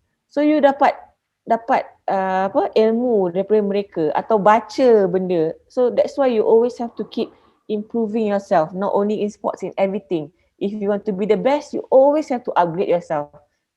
Macam software lah, komputer pun, software pun selalu kena upgrade kan, sebab selalu ada benda baru. So it's the same thing, same concept, cuma it's applied in sports. So you selalu kena tahu dari segi nutrition, what's good for you. Kadang-kadang setengah orang 2 jam sebelum competition dia boleh makan lagi, ada setengah 2 jam tak boleh makan lagi. Macam contoh macam akak dari segi psikologi sukan pula, akak jenis yang hyper, memang aggressive. So when I go for competition, I have to listen to music that brings me down, that yang tak bagi arousal tertinggi. So benda tu semua you akan tahu dengan melalui diri you sendiri, melalui trial and error with you yourself or your coach. Tapi kalau you sendiri tahu, dia akan mempercepatkan proses tu lah. Janganlah harapkan coach saja. Kadang-kadang cuba kalau you team sport, you ada 20 orang, takkan coach you nak satu-satu, jenuh ni juga. Tolonglah dia kerja, sebab at the end day you yang akan meraih kejayaan tu. You akan dapat medal dekat leher you, bukan dia. Dia duduk belakang tepuk je. Dia tumpang gembira. Dia tumpang gembira tengok you menang. So you kena ada inisiatif sendiri. So tu salah satu kira resepi lah. Menjawab tak soalannya? Okey, menjawab Kak. Okey. So bila bercakap kembali, bila tadi saya boleh ingat kembali apa yang respon daripada Kak Charlene, yang mana kita kena sentiasa ingin tahu. Kena ada question of why. Why kita mungkin hari ini kita latihan yang lebih intensity lebih tinggi. Esok kenapa intensitinya mungkin medium, lusa mungkin makin tinggi. And then kenapa kita perlu makan 2 hours before. And then all those knowledge and input tu bagi saya setiap atlet kena tahu. Akan tetapi kadang-kadang terlalu question about why ni kadang akan memberi impact ataupun mungkin akan at the same time akan menjatuhkan seseorang atlet tu. Sebab apa kadang kita boleh lihat bila terlalu questioning about why tu, mungkin kita sampai kita lupa tentang credibility coach kita. Mungkin kita questioning kenapa coach kita fikir perlu buat dan sekian-sekian. Dan saya rasa mungkin bila knowledge yang kita tahu tu mungkin kita jadikan satu wadah untuk berbincang dengan coach, yang mana mungkin coach boleh respon dan memberikan justifikasi kenapa sesuatu latihan ataupun ada segi pemakanan ataupun mungkin dari segi psychology training yang perlu dijalankan. Dan saya rasa itu the big question of why tu kita kena tengok lebih kepada pro, jangan lihat kepada cons. Yang mana cons tu yang lebih ke arah negatif tu mungkin kita perlu ketepikan supaya dia tak membelenggu prestasi kita sendiri. Actually that's why tadi cakap kan, akak cakap when you have to go through the process of learning. Yes. So when you go through the process of learning, you will learn what works for you and what doesn't work for you. Your coach also will learn. With all the knowledge that you have, with all the knowledge that you have, this is through my learning as well. Bila at the end of the day, bila you compete, you tak boleh fikir semua tu. Yeah. You kena concentrate on the macam tadi dah proses. Tapi bila you compete, you kena buat the action. You kena buat the movement. But bila you buat movement tu, you tak boleh overanalyze juga. Tapi tu will come from learning, from the process of learning tadi. And when you know a lot of things as well, macam yang cakap tadi, you tahu ada information wise semua tu, even though you know, tapi at the end of the day, you still have to respect your coach. At the end of the day, whatever it is, you have to respect your coach. And you talk with them, you discuss with them. Apa yang you belajar, apa yang you tahu tentang diri you, dengan apa yang coach you tahu. Macam bila contohnya good coaches, they will tell you if they don't know, if they are not good at something or if they don't have the information, they will tell you, okay, sorry, I don't know this. I will get the information for you. I'll get so that we know. So proses pembelajaran tu bukan sahaja sebagai atlet tapi sebagai jurulatih juga. Yeah. So kita kena basically kena work on this work together and be on the same page at the end of the day, sebab tu yang akan is teamwork so that satu atlet tu akan berjaya. So dia bukan sahaja dari segi atlet saja kena work, coach saja kena work, dia kena kombinasi dari semua. Actually untuk jadi seorang atlet berjaya ni sekarang ni susah. Yeah. Bukan saja bergantung pada diri you, pada coach you, tapi juga banyak orang yang akan menyumbang kepada kejayaan kita. Macam contoh coach akak pun ada a few coaches, and then husband akak, contoh untuk my parents, contoh physio akak, contoh nutritionist akak, contoh akak punya mental trainer, contoh akak punya gym instructor. So all these people, your team, your big team. Kalau you tengok Azizul, dia nak jadi Olympic champion kan, dia nak create history to be Malaysia's first Olympic gold medalist kan. So kalau you tengok dia punya team surrounding him banyak, ramai. Dia ada nutritionist, dia ada ni semua. All just to get that one gold medal. So bukan senang. Banyak input, banyak sumbangan dari pelbagai pihak diperlukan untuk you berjaya. So sebab tu no matter what it is, no matter how good you think you are, always have to respect your coach, because at the end of the day kita kan percaya pada kita punya adab kan. Yes. Kalau contoh you suka tengok movie lah, Chinese movie, kung fu movie kan.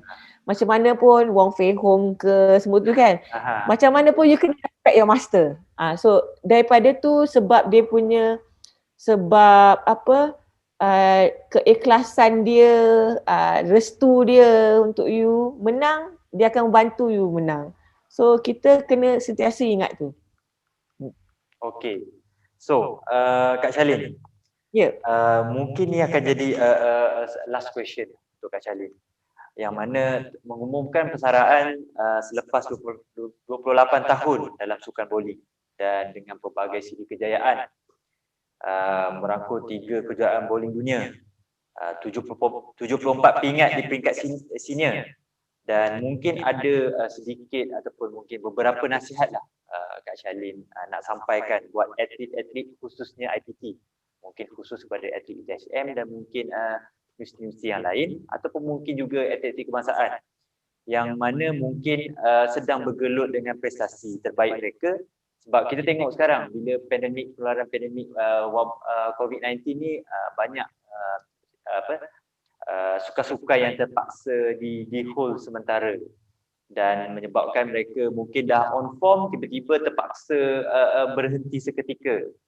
Mungkin masih continue on training, tapi mungkin nak back on the track tu dia mungkin agak ada limitation dan juga variable yang mengganggu untuk dia on track. So mungkin ada beberapa nasihat yang boleh dikongsikan di sini.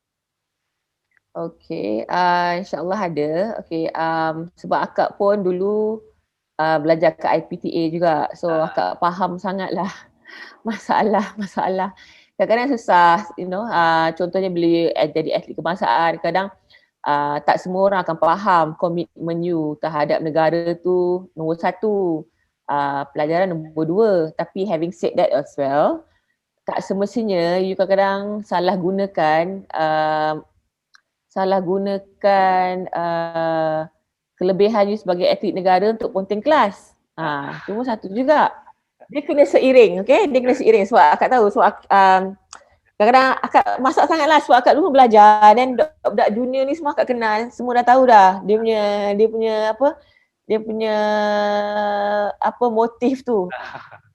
You kena faham, okay? Contohnya priority, you set your priorities. Yes. First, the most important, set your priorities. What is your priority? Your priority is to become a world champion, but also to become a student athlete, or to become a world champion. So kalau you tak minat belajar, mungkin benda lain you boleh buat. Tapi akak tak sarankan lah. For now, akak sarankan for you to study. Okay? And when you choose to become a student athlete, sebab you atlet kebangsaan, so you kena tengok you punya jadual. Okay, tengok jadual you tak boleh, tak semua student athlete yang boleh cope up dengan credit hours yang orang biasa ambil. Yeah. Okay, so you kena tengok your limitation. So sebab you ada training, you ada competition, so mungkin kawan you ambil 21 credit hours. Tapi takkan you nak ambil 21 credit hours with your training semua tu. So mungkin you take maybe 12, maybe 9, I don't know. Tengok pada you, apa yang you boleh cope. Jangan sebab you nak grad sama, banyak kawan akak tu sama juga and junior sekarang pun sama. Nak grad sama, dia push. And then sebab dia push tadi tu, dari segi studies, walaupun dia tak nak cope, dia punya results teruk. And then dia punya competition dari segi sukan pun teruk. So dua-dua teruk. So you nak dua-dua naik, you kena slowly get your pace. Okay, slowly get your pace. Mungkin sebab you tahu mungkin you jenis yang student yang susah sikit, lambat sikit, jangan push sampai 21 credit hours. Ambil lah 12 ke, 9 ke, 15 ke. You tak boleh compare diri you dengan full time student. Tu satu. Jangan nak grad sama. Kalau you rasa tak boleh, tak apa, extend pun extend sebab you ada maklumat lain. Priority you lain daripada diorang. Priority diorang, full time student, is to graduate as soon as possible to get a job. For you, your priority is first to help the country to win medals and also study so that dia akan jadi fallback you kalau misalnya you tak berjaya dan sukan setinggi yang you nak, tapi you still have something for your future because you studied. Itu satu priority. Secondly, you will face a lot of negativity juga kadang, kawan-kawan you, apalah macam time sekolah jugalah, apalah tak boleh lepak lah, inilah semua tu kan. Kadang you kena rushing lah, nak kena send assignment semua. And kadang satu lagi dari segi priority juga, you kena tengok macam you dah tahu you atlet kebangsaan and you also a student athlete. So kadang-kadang benda-benda lain tu you kena tolak tepi lah. You nak enjoy ke apa, you kena tolak tepi because that's not in your priority. Okay, sikit-sikit kalau pergi tournament, minum ke apa, tapi you cannot like, saya bangun lambat hari ni sebab semalam saya keluar minum, lepak supper. Tak boleh lah. Sebab it will affect not only your studies but also affect your training because you don't have enough rest. Betul. So that's why priorities come back in. And kadang-kadang banyak Kak tengok kan student athlete ni kadang setengah tu yelah they push themselves too hard because they nak grad awal. Just take your time so that you can have the best of both. You tak boleh nak compare dengan student, full time student. It's different. And actually sekarang Kak tengok banyak universiti pun dah IPTA, IPTS yang memang bagi banyak kelonggaran pada atlet. Ya, betul. So memang bagus. So gunakan kelonggaran yang ada dengan sebaiknya dan secara produktif. Jangan sebab tu pula malas nak pergi kelas. Padahal training tak pergi tapi kelas tak pergi. Tak boleh. You have to do both. Because your responsibility is double. And then kadang-kadang ada setengah tu macam dia semua dia nak. Studies pun nak, sports pun nak jadi dekat college pun nak aktif. Lepas tu one of it is going to suffer. Sebab macam dulu akak study pun ada yang suruh lah orang dah kenal you pergilah untuk jadi perwakilan. Akak tak boleh, tak ada time sebab my priority is not that. My priority is one is to be an athlete, menang untuk negara, second is to be a student. Yes. So you have to set your priorities right. And things are not going to be easy. There's going to be some people who will yang akan macam mencurigai you punya motif, cakap macam boleh ke atlet ni belajar kan kadang-kadang. Tu biasa lah. Cakap dia bersukan je, tak boleh belajar, kurang sikit. So you prove them wrong. That's also one of the reasons why I studied. Because sekarang banyak cakap alah dia ni boleh main sukan je, belajar tak boleh. Tak ada. Benda tu boleh seiring tapi kalau nak seiring ada setengah benda yang you kena korbankan. Apa yang you nak korbankan? Sanggup ke you korbankan? Tu isu yang lain. So tu I think salah satu tip, don't pressure yourself too much because yelah kadang-kadang dia jadi atlet ni kadang-kadang you tak tengok the bigger picture. Yes. You have to see the bigger picture, janji you belajar, you continue, jangan stop. InsyaAllah at the end of the day, you boleh berjaya sebagai atlet dan juga sebagai student.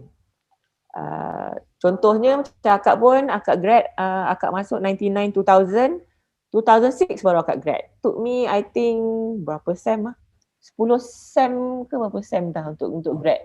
Tapi ni ada junior akak yang lagi lama daripada akak. Dia dah masuk lagi lama. So you have to set that. Tapi tak apa sebab you punya tengoklah sebab you kena tengok juga certain sport lain. Certain sport dia punya tu tak aktif sangat. Certain sport lebih. And you tengok juga macam contoh tadi cakap kan pandemik ni kan. Don't think of it as something that is negative. Use it something as something that is positive. Okay, macam dulu you sibuk sangat training, tak ada masa nak betul fokus kat belajar. Tapi sekarang sebab training dah kurang, you ada masa untuk belajar. So, since you ada masa untuk belajar, naikkan you punya CGPA. You can have a better understanding of all the subjects that you took in. You boleh buat project you better. So, daripada semua kesusahan, from everything negative tu, ada positif dia. Tapi you have to look really deep into it. Jangan just because negative then you terus macam negatif okay lah biar macam tu je lah, you just give up terus. Tak boleh. Dia mesti ada something yang lebih baik yang akan keluar daripada something yang kita hilang tu. Okay. So apa berdasarkan respon tadi daripada Kak Charlie, yang saya boleh gambarkan adalah to all IPT athletes, saya rasa kena turn all those challenge to opportunity. Maksudnya challenge dari segi mungkin susah nak jalankan latihan, so take as an opportunity untuk fokus kepada yang lain. Mungkin fokus kepada akademik. Dan macam contoh sebelum ni sesi webinar bersama saudara Azizul sendiri, dia merasakan bahawa hikmah COVID tu membantu dia untuk anjakkan lebih more on preparation. Dan saya rasa semua atlet perlu jadikan ia sebagai satu opportunity dari segi persiapan towards any games yang dah dipostpone. Dan berbalik kepada perkara-perkara tersebut, saya rasa Kak Shalin dah banyak merungkai dan banyak berkongsikan perkara-perkara penting dan mesej-mesej yang boleh dibawa kepada yang boleh diambil untuk dijadikan sebagai iktibar di kalangan atlet di IPT, yang mana perkara-perkara tersebut dapat membantu dalam melengkapkan mereka kepada seorang atlet yang bertindakan juara. Dan untuk kita seterusnya kepada kita kepada sesi Q&A, mungkin sekejap lagi saya akan bacakan beberapa question yang telah di-highlightkan oleh penonton di channel YouTube TV. So kita mungkin boleh lihat terdahulu montaj kedua yang telah disediakan oleh Pusat Sukan UTHM.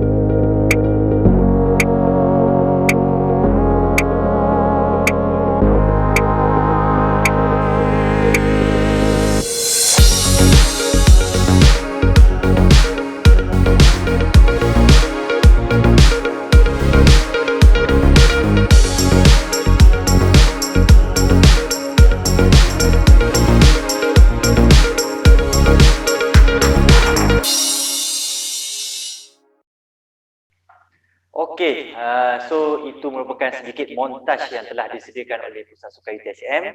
Dan untuk makluman kepada to all viewers, make sure boleh lihat dan cuba tekan link pendaftaran bagi pendaftaran kehadiran bagi sesi webinar kali ini, dan juga link bagi e-certificate bagi webinar UTHM seri 1 2021. Dan saya inginlah nak ajukan beberapa soalan daripada peserta ataupun partisipan yang bersama kita di channel UTHM TV. Dan soalan pertama adalah, okey, apa pandangan panel, pandangan Kak Shalin, penglibatan sukan dalam kalangan Bumiputera yang kurang mendapat perhatian kerana isu kewangan dan penaja.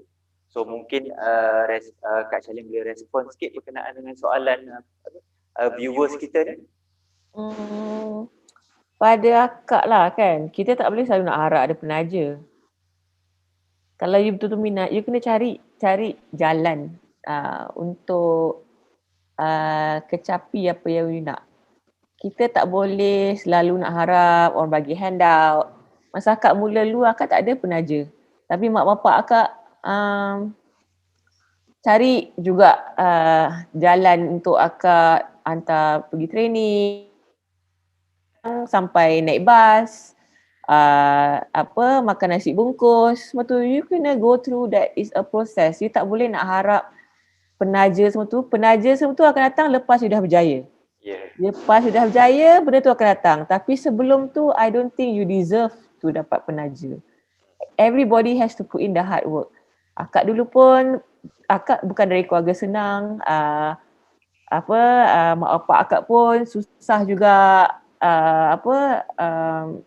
Yelah, banyak kesusahan yang kita kena, banyak sacrifice RM1 yang mak bapak akak kena buat supaya akak dapat jadi seorang pemain bowling kebangsaan. Yelah, memang banyak ups and downs lah. You have to go through the downs first. InsyaAllah bila dah bagus, memang banyak penaja akan datang. Contoh sekarang, macam dulu bapak akak kena spend duit, beli bola, beli equipment, mahal dulu. Tapi dulu 400 dah kira mahal. Sekarang kalau bola bowling 1,000 lagi mahal. So tapi bila dah jadi bagus, dah masuk skuad kebangsaan semua, then you akan dapat bajet untuk peralatan, ditaja peralatan oleh Majlis Sukan Negara or personal sponsor you. Macam akak, Alhamdulillah dah 20 tahun akak dengan Storm, syarikat equipment yang membuat bola bowling di Amerika Syarikat. So kadang ada juga budak-budak yang junior baru ni sebab akak macam mana saya nak jugalah Storm sponsor saya. Dia cakap, dek, benda tu bukan senang je. Dia akan hanya sponsor orang yang bagus, orang yang boleh naikkan nama syarikat dia. Sebab bila tengok bola tu bagus, equipment tu bagus, dia semua orang pun nak beli. So benda tu is satu bonus, satu kelebihan selepas you lakukan apa yang perlu dilakukan. Bukan sebelum. Kalau you fikir you akan dapat sebelum tu masalah. Sebab banyak, contoh kadang banyak remaja yang masuk ni kadang dia bila nak wakil negara tu sebelum dia cakap, okay coach, apa jadual latihan saya, apa yang perlu saya buat, nak jadi bagus semua. Masuk-masuk je ke dah wakil pasukan junior lah ke senior contohnya, apa yang saya akan dapat? So bila jadi coach pun kalau jadi student athlete je, apa yang akan dapat? You baru masuk, saya tak tahu apa yang you boleh sumbangkan dulu. So kita kena tukar mentality tu. Tu salah satu masalah kita juga. Mentality entitlement tu. Entitlement tu akak tak sure apa terma dia dalam bahasa Melayu, tapi when you feel you're entitled, it's wrong. You have to put in the work. You kena sumbangkan, show your achievement first, then you will get the rewards, not before. If you think you get before, then you have to change your mentality. It's not the right mentality to have. Okey. Kak Shalin, ada soalan ni mungkin daripada atlet bowling UTHM sendiri yang mana dia tertanyakan, Kak Shalin, saya nak tanya macam mana nak mengatasi masalah nervous during competition. Saya rasa ni mungkin salah satu masalah yang bukan semasalah bagi semua atlet lah yang during tournament. Even dia rasa dia dah on the best performance yang dia rasa dah training dah cukup, mesti dia akan ada rasa sedikit nervous towards on that competition. So macam mana? Apa tips yang mungkin boleh dikongsikan? Okay, banyak orang tanya kat soalan ni juga. DM kat Instagram lah, Facebook lah, semua tanya, macam mana saya nervous? First and foremost, you kena fikir. Okay, bila orang cakap nervous tu, betul tak kalau akak cakap 90 or 80% of you will associate being nervous to with something negative. Yeah. Kan? Actually it's not. That's why you have to change, tukar minda you juga, cara pemikiran tu. Actually being nervous is good. Itu bila kat coach budak-budak pun sekarang, Sukma semuanya, being nervous is good. Why? Why is it good? Aku cakap, being nervous is good. Yeah, I have to go to the toilet, pergi tandas 5-6 kali sebelum nak start, tangan sejuk semua kan. Bagus ke jadi nervous ni? Bagus. Kenapa bagus? Sebab that means you want to win. That means you want to be there. That means you are ready to compete. Yes. Sebab orang cakap butterflies in your stomach, I've got butterflies in my stomach, you know, I cannot drink, I cannot eat. It's good. That means you are hungry to win. You are hungry to compete. Orang selalu fikir, cakap tadi 80 or 90% akan fikir, teruk lah, habis lah kau nervous, habis si hancur punya main. Kan, selalu orang cakap, habis, gone, sure tak boleh main. Tak, being nervous is good. But you have to have the knowledge that goes with it, which comes back to psikologi sukan.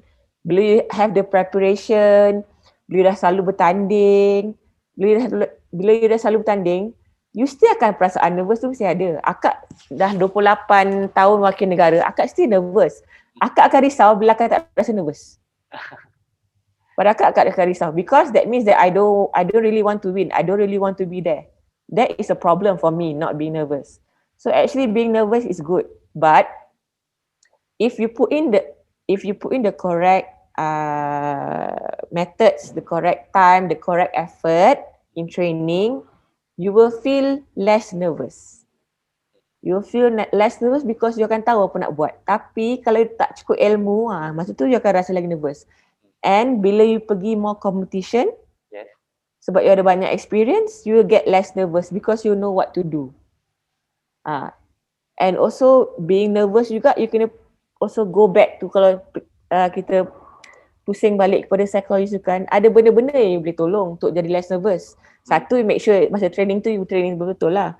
Satu lagi cakap tadi, kalau you ingat akak cakap pasal you kenali diri you sendiri. Cakap akak jenis yang hyper. Bila akak nak bertanding tu akak tahu akak jenis hyper, akak takkan nak dengar bunyi akak pakai music therapy. Akak takkan nak dengar, dah sendiri hyper takkan nak dengar lagi lagu yang jenis yang heavy metal ke rock ke kan. Dia akan buat you lagi arousal level lagi tinggi. So you have to, because you know yourself, you know your character, your coach to know your character, so you akan dengar music yang relaxing so that dia even out you punya arousal level. So benda-benda tu dia pusing-pusing kat situ jugalah. Dari segi psikologi juga ada banyak benda you kena buat. You boleh buat visualization, you boleh buat imagery, you boleh buat breathing technique, you boleh buat refocusing the technique, think of a colour and associate that colour with something calm, or visualize you are somewhere relaxing. Tapi semua tu kena ada ilmu. Bila tak ada ilmu, tu yang masih buat lagi nervous.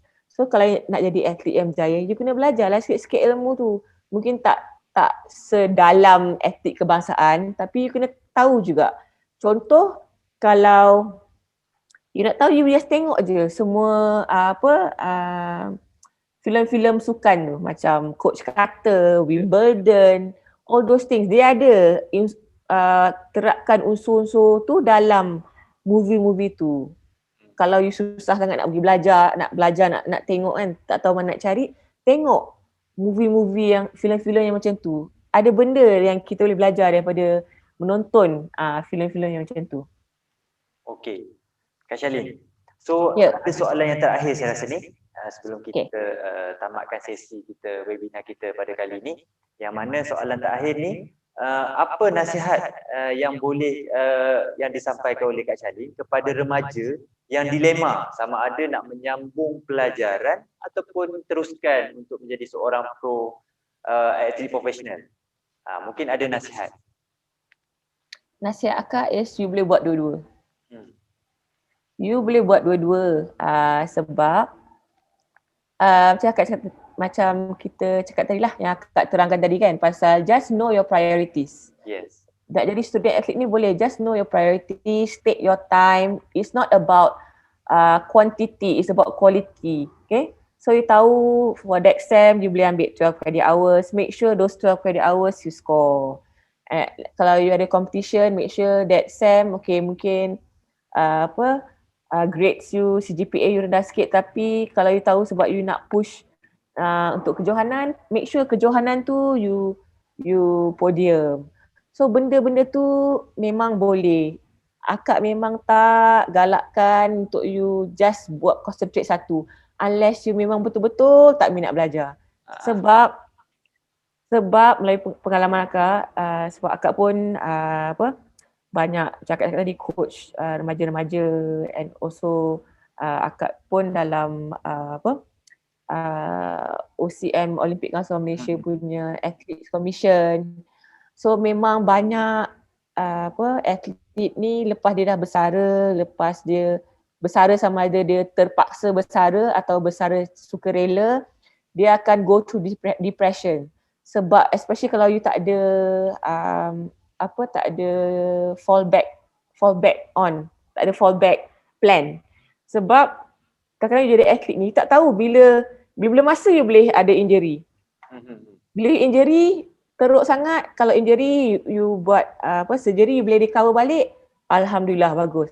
Tapi kalau tak boleh compete macam dulu, you akan digugurkan daripada program. Bila you digugurkan dari program, you tak ada scholarship, you tak ada apa semua tu. So apa you nak buat?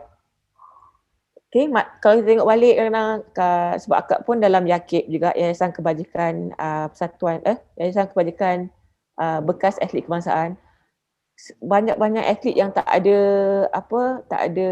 peluang pada waktu dulu untuk sambung belajar. Bila dah tua susah. You masih nak mengharap bantuan daripada MSN, bantuan daripada ISN, bantuan daripada YAKIP. Tak boleh. Kita kena fikir pasal future kita. Kadang-kadang yelah, bila jadi atlet dalam IPTA atau IPTS, kadang-kadang tak semua akan dapat jadi atlet elit kebangsaan.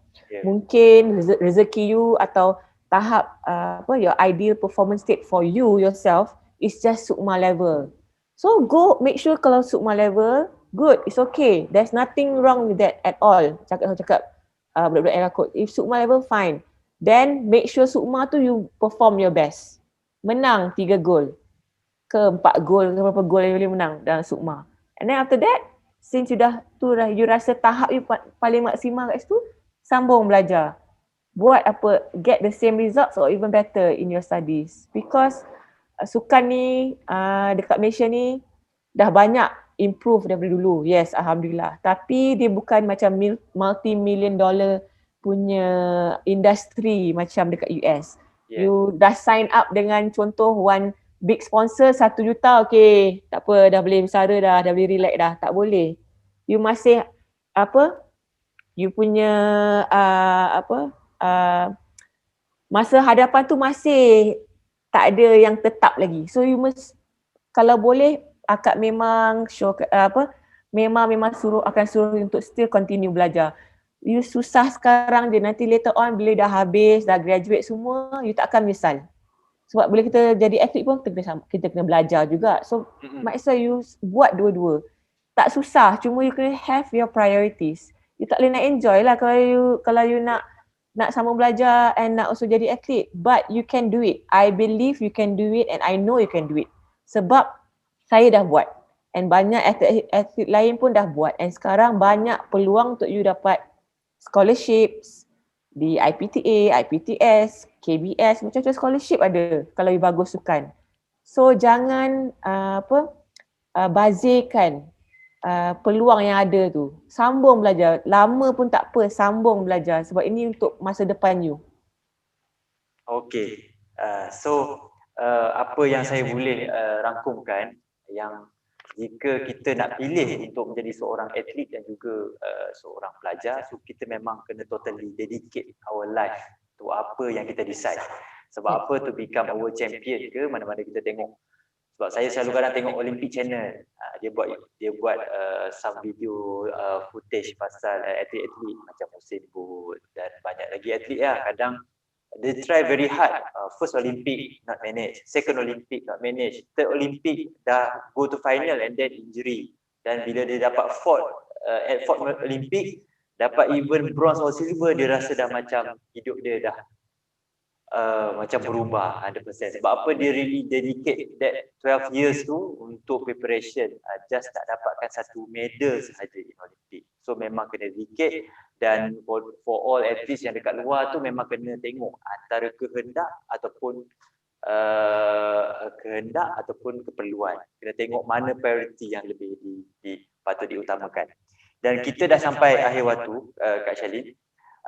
Dan saya rasa dalam tempoh 2 jam ni saya rasa banyak perkara yang telah disampaikan dan boleh diambil perkara-perkara yang memang semuanya perkara-perkara yang positif yang boleh diambil dijadikan sebagai panduan supaya atlet-atlet ini boleh gunakan in the future. Sebab kita tahu in future masa depan kita yang mana mungkin kita akan terus compete as an athlete ataupun kita mungkin go through by kita masih passionate dalam sukan tapi kita mungkin kita alternate kepada jurulatih sebagainya.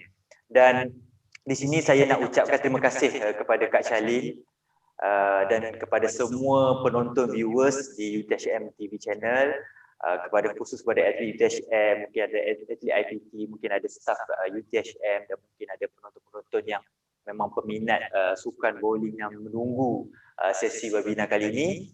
Dan terima kasih buat rakan sukan UTHM kita, Rico Sport yang menaja pakaian panel jemputan dan juga moderator. Dan diharapkan segala intipati dan input yang dikongsikan dapat membantu atlet khususnya dalam membuka mindset mereka ke arah seorang atlet yang berbindakan juara towards a winning mentality. Dan saya rasa title of minda juara tu perlu ditekankanlah. Mungkin Kak Charlene dah ditekankan umur 9 tahun, mungkin parents kena aplikasikan benda yang sama. Dan last but not least mungkin ada sedikit ucapan akhir kata daripada Kak Charlene buat semua viewers yang sedang menonton di channel YouTube. Okey, Kak cuma nak ucap terima kasih kepada pihak UTHM, Pusat Sukan, Pusat IT, moderator kita, Dr. Zul. Akak relax je kan panggil Zul. Dr. Zul dan semua yang organize webinar hari ini. Terima kasih sangat kerana beri akak peluang untuk berkongsi pengalaman akak selama 28 tahun ni. Akak harap you all dapatlah belajar daripada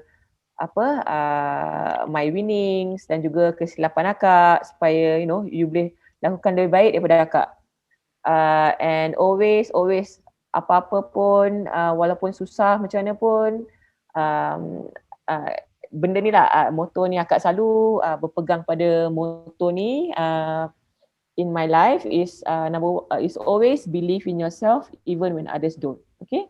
Walaupun orang lain tak percaya pada diri kita, tapi kalau kita percaya pada kebolehan diri kita dan apa yang kita boleh lakukan, insya-Allah kita akan dapat lakukan yang terbaik, bukan saja untuk diri kita tapi juga untuk orang yang di sekeliling kita.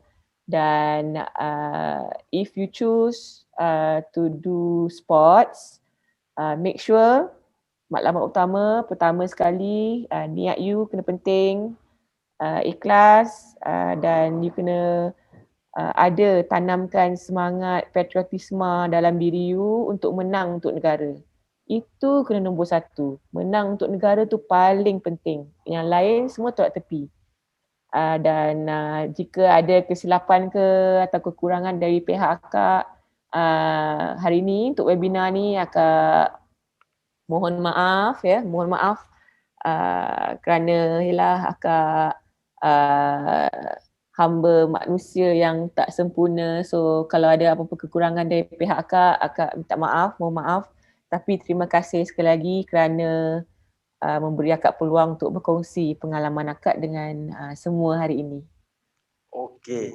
So saya bagi pihak UTHM dan juga Pusat Sukan serta mungkin penonton-penonton nak mengucapkan ribuan terima kasih di atas kesudian Kak Charlene sendiri dalam masa 2 jam ni nak berkongsikan sesi perkongsian yang bertajuk Minda Juara bagi sesi webinar kali ini. So hopefully Kak Charlene terus sukses dalam apa jua yang dirancangkan ataupun apa jua planning selepas ini. Dan saya doakan moga Kak Charlene terus sukses. Dan akhir kata, Assalamualaikum warahmatullahi wabarakatuh. Majulah sukan untuk negara. Sekian, terima kasih. Assalamualaikum.